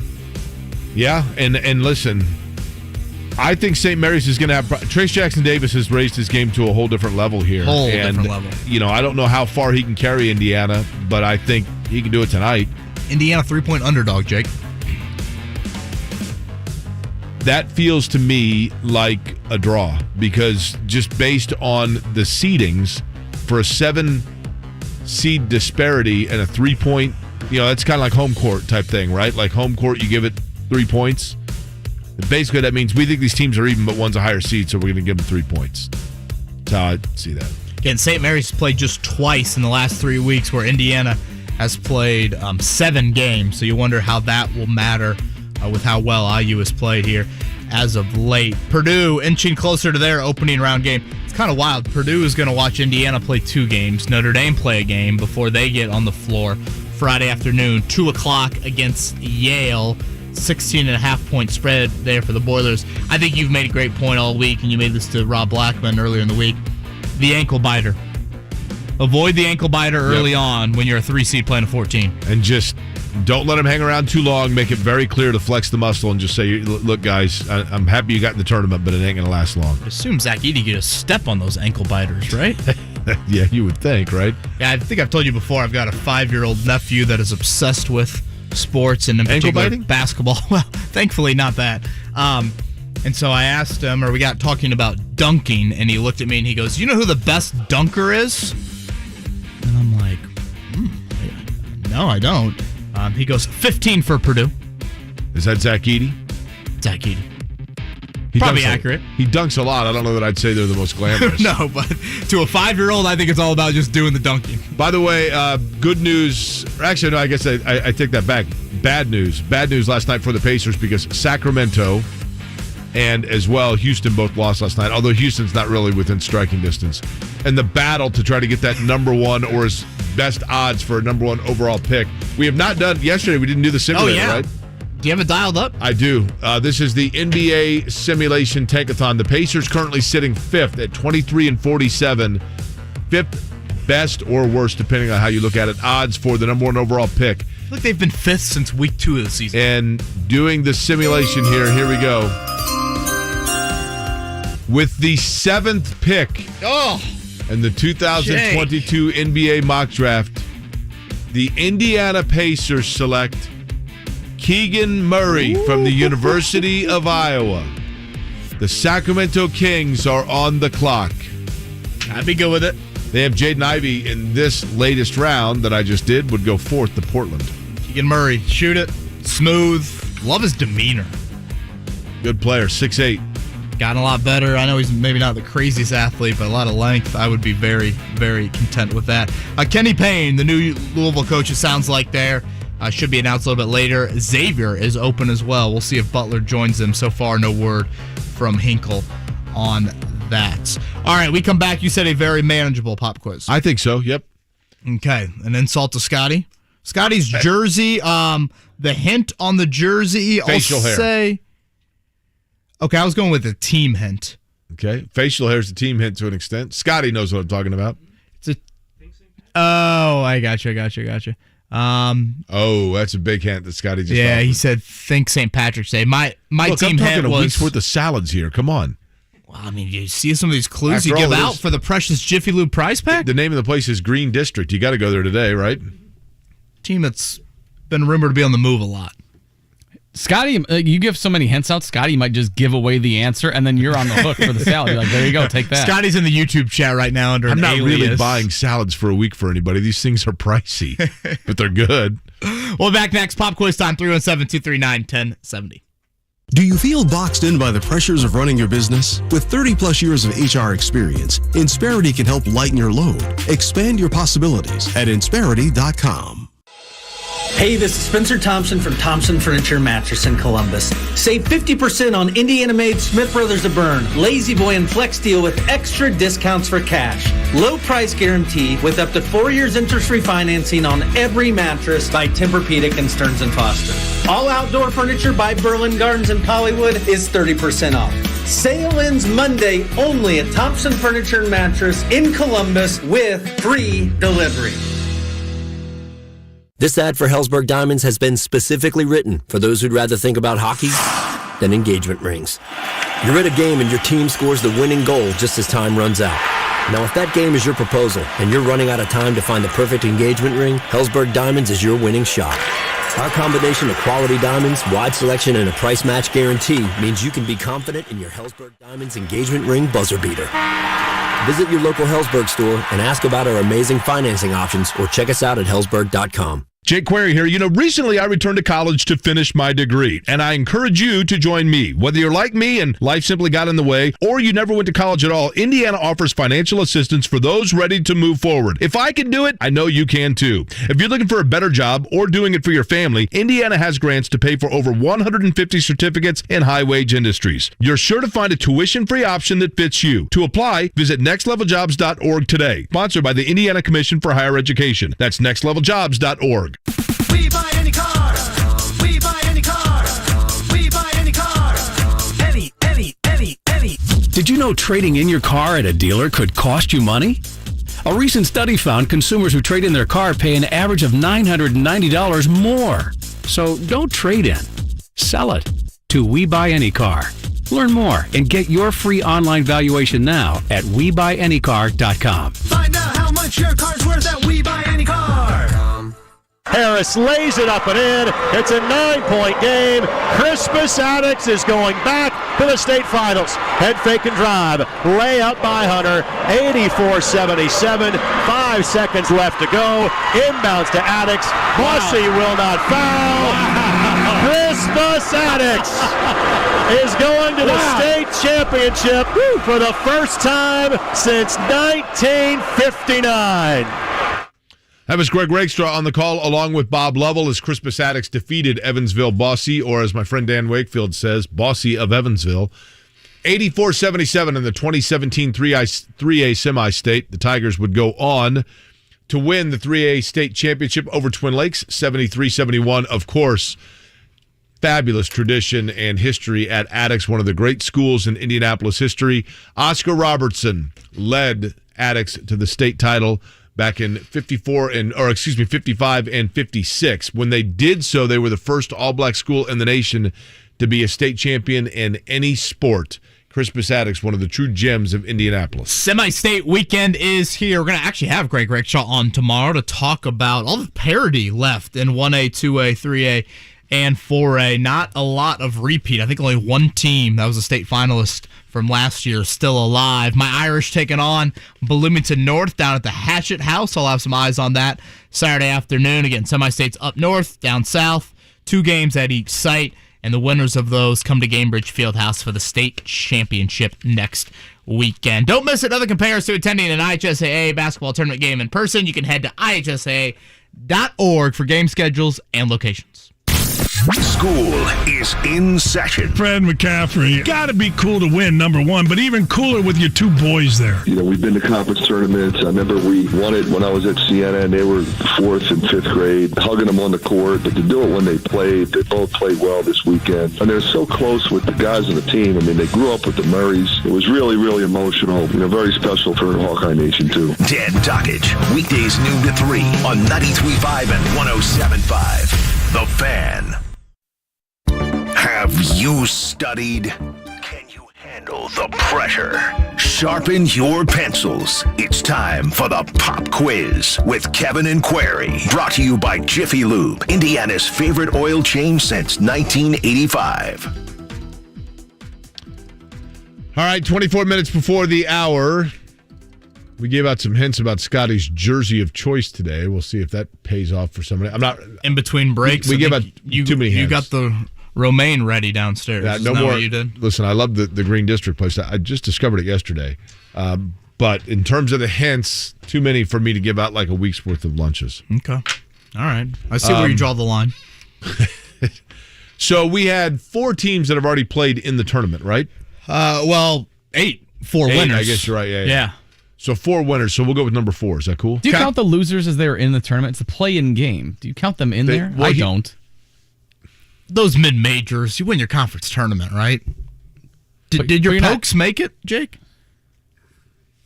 If Notre Dame lost, I would have said that Notre Dame made it. If you lose the play-in game, you are not in the tournament. That's correct. If it is but Boy, here's the that thing. is a good point, But they Mark. don't officially call it the play-in game, though. They simply call it the first 4. Come on. I understand, but a couple of years ago, I hated it when they considered that the first round. Oh, so stupid. Because I was looking at a coach's record. I'm like, man, this guy's been to the second round of the tournament 12 years in a row. So stupid. Then I'm like, oh, wait a minute. That just means getting in. Who we got at number 4? Eric. Eric, happy St. Patrick's Day. Okay. Steve. Boy. Eric's 7 green beers in. John. Whoa. John, are you alive? Hey, I'm alive. Happy St. Patrick's Day, John. What did the guys? I'm an Irish Catholic here. St. Patty Day. Love it. How many green beers for you today? I'm a little older now. I don't drink too many. Maybe 5 or 6.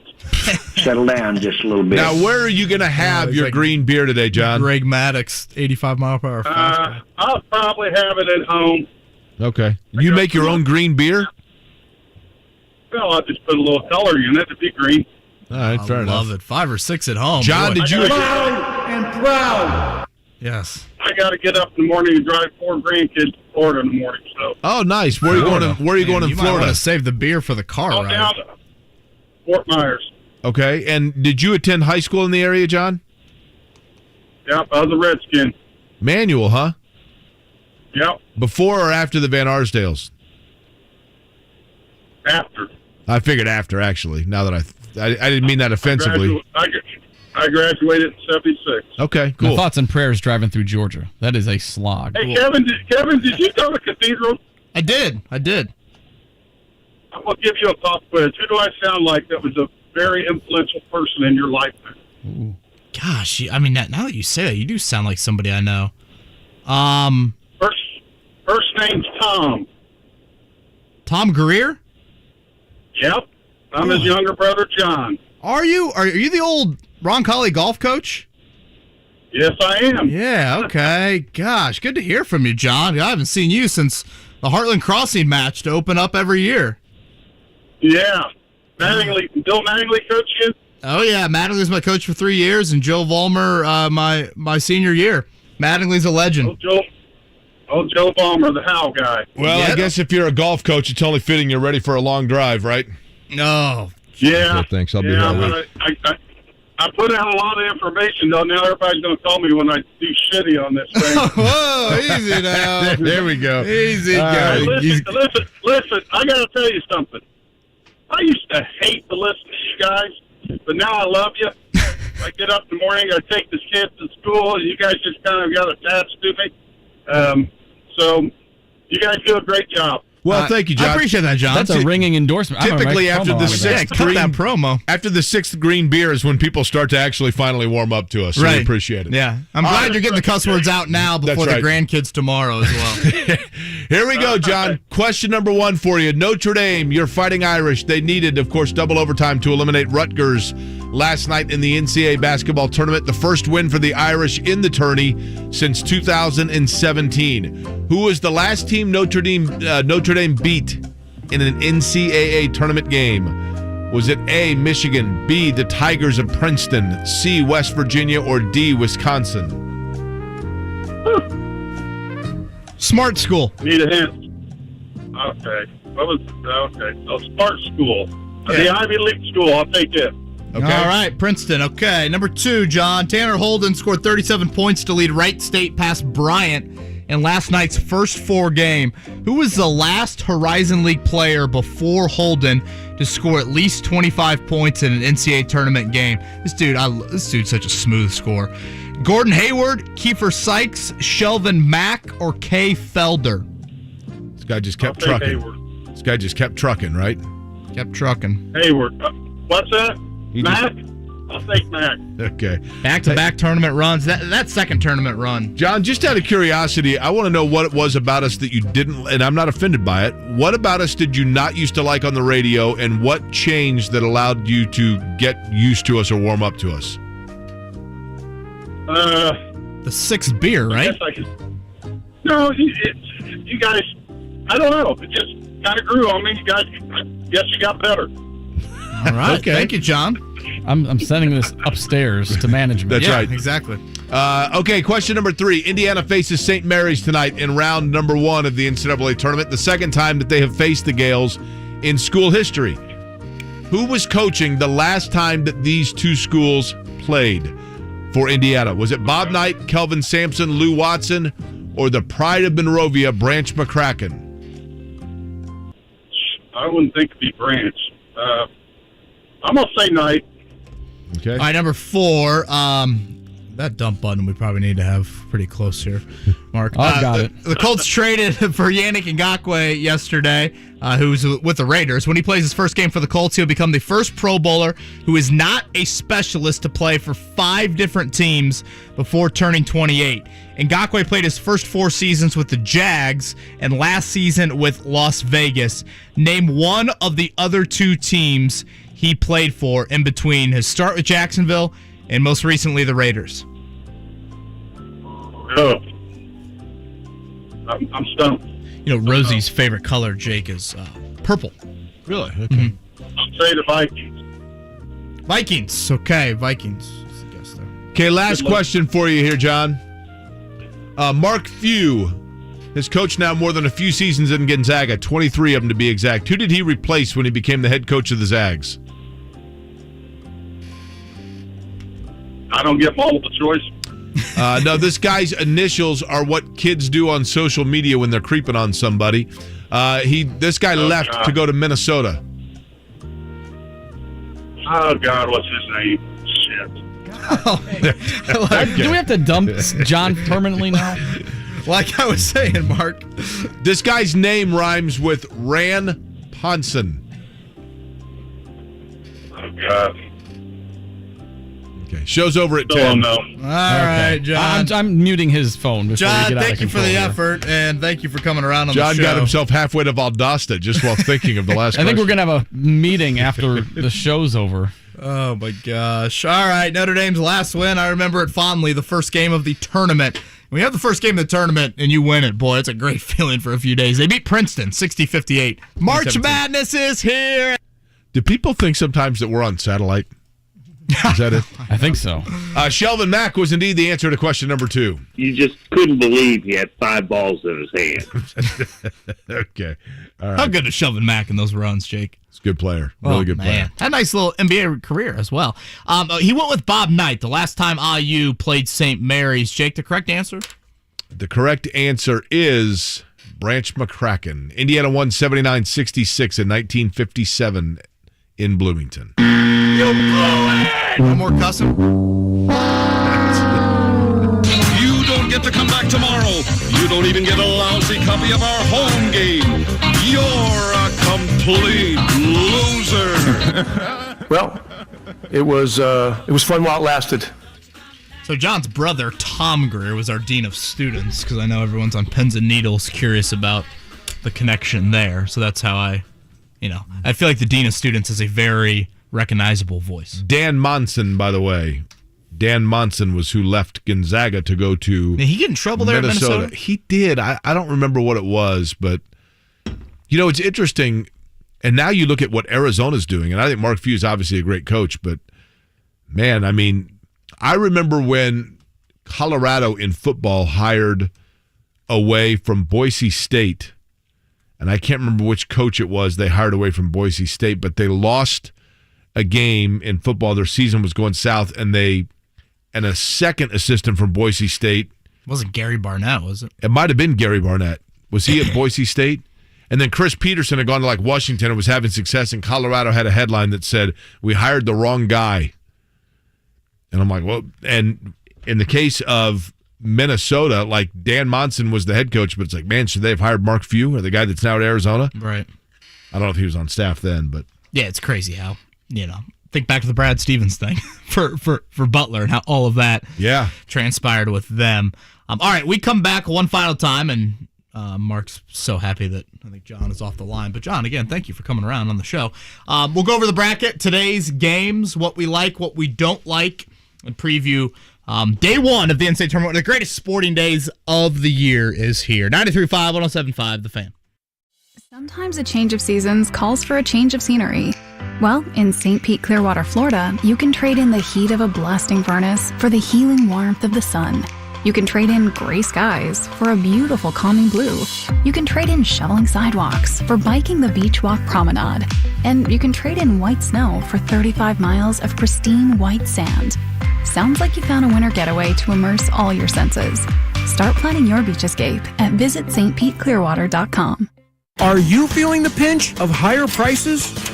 Costs may be rising, but with Golden Oak Lending's 2.25% fixed rate, you can lower your mortgage payments. James Hawkins here, president of Golden Oak.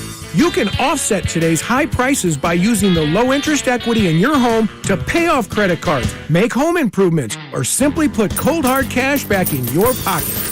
It only takes a few minutes to see if you can save hundreds with this low 2.25% rate. So what are you waiting for? Lock in our low rate while you still can. Start saving money and skip your first 2 mortgage payments. Call your local loan officers at 317-706-GOLD today and pay nothing out of pocket. That's right. If we can't close your loan, the appraisal is no charge. Golden Oak Lending cured my blues. NMLS 114937. 2.25% fixed. 3.336% APR. FHA 15-year mortgage with 20% equity and approved credit.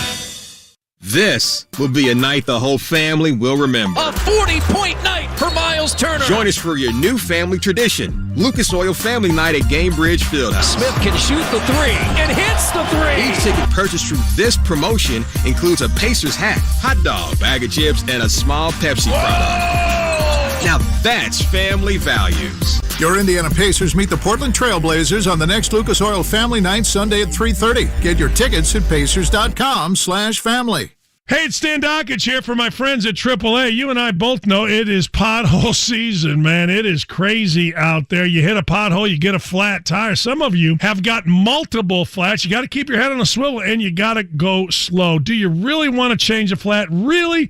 On the side of the road, cars and trucks zooming by 75 miles an hour. You got people not paying attention on phones. I do not. So get in the club. Do yourself a favor and join AAA today. At AAA, in the club, you get a flat tire fix, dead battery fix. You run out of gas, they come. Lock your keys in the car. AAA is there 24/7, 365. To get your AAA membership, visit AAA.com or call 844-GO-AAA-GO or stop by your local AAA office. And don't forget to ask about complimentary travel planning, great insurance rates as well, home, auto, life, and more, because you don't have to be stuck on the side of the road to get assistance from AAA.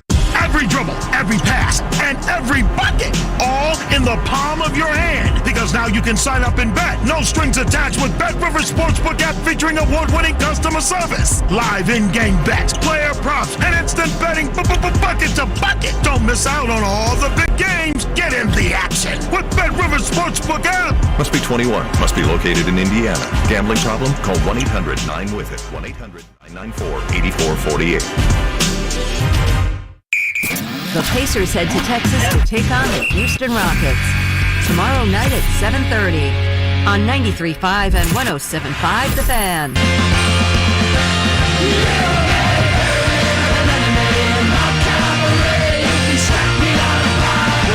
You're listening to Kevin and Query on 93.5 and 107.5 The Fan. Now that we've gotten done with the FCC on line 4. Gosh. There goes any chance for those salads you're paying for. By the way, it was a show. Oakland Athletics is Scotty's jersey and hat combo of the day today. Hey, guys, Jake's promise to buy salads is being retracted is aligned with the Colts saying that they are all chips in. Indy fans are used to big promises and then lackluster follow-through. Oh, well. It's like the chips of veggie straws, remember? Not nacho cheese Doritos, veggie straws. Slander against veggie straws. They aren't real chips. 4 pick'em games in the first round, Jake. First time in 17 years there have been that many pick'em games. First time there's been that many, you said? Yeah. Seems to be a lot of parity with these first round matchups. Listen, parity has happened in college basketball for a little bit here, Kevin, because of a combination of two things. The first being, I think, that we are now seeing, the AAU has a lot of negative effects on college basketball, a lot of them. But the one positive effect it could have is the parity and the fact that you have, in 1985, if a guy was a great high school player, he played within his high school, and that, you saw him basically from November to March. And you didn't see him in open gyms and pickup games and that kind of thing, and he was probably playing against primarily the same competition all the time. Now, through AAU, you have guys playing year-round that are playing against varying levels of competition and various styles of play. So that obviously bolsters the talent pool. But then in addition to that, when you started getting scholarship limitation in a lot of the smaller or a lot of the big conferences, guys that would have been going to an Ohio State, getting a scholarship, whatever else, maybe now they're not getting that big offer, and so they're going to Ohio or Kent State and playing there, or or through the tournament they decided, you know what, hey, I can go to a George Mason and get noticed if I'm making a run here. I mean, Kevin, when I go to NBA games and I look down at the rosters, I mean, yeah, of course you have Kentucky, Kansas guys littered all over the NBA. But Fort Wayne and, the smaller school, Norfolk State, I mean, if you can play, they're going to find you. And I think guys have just figured that out.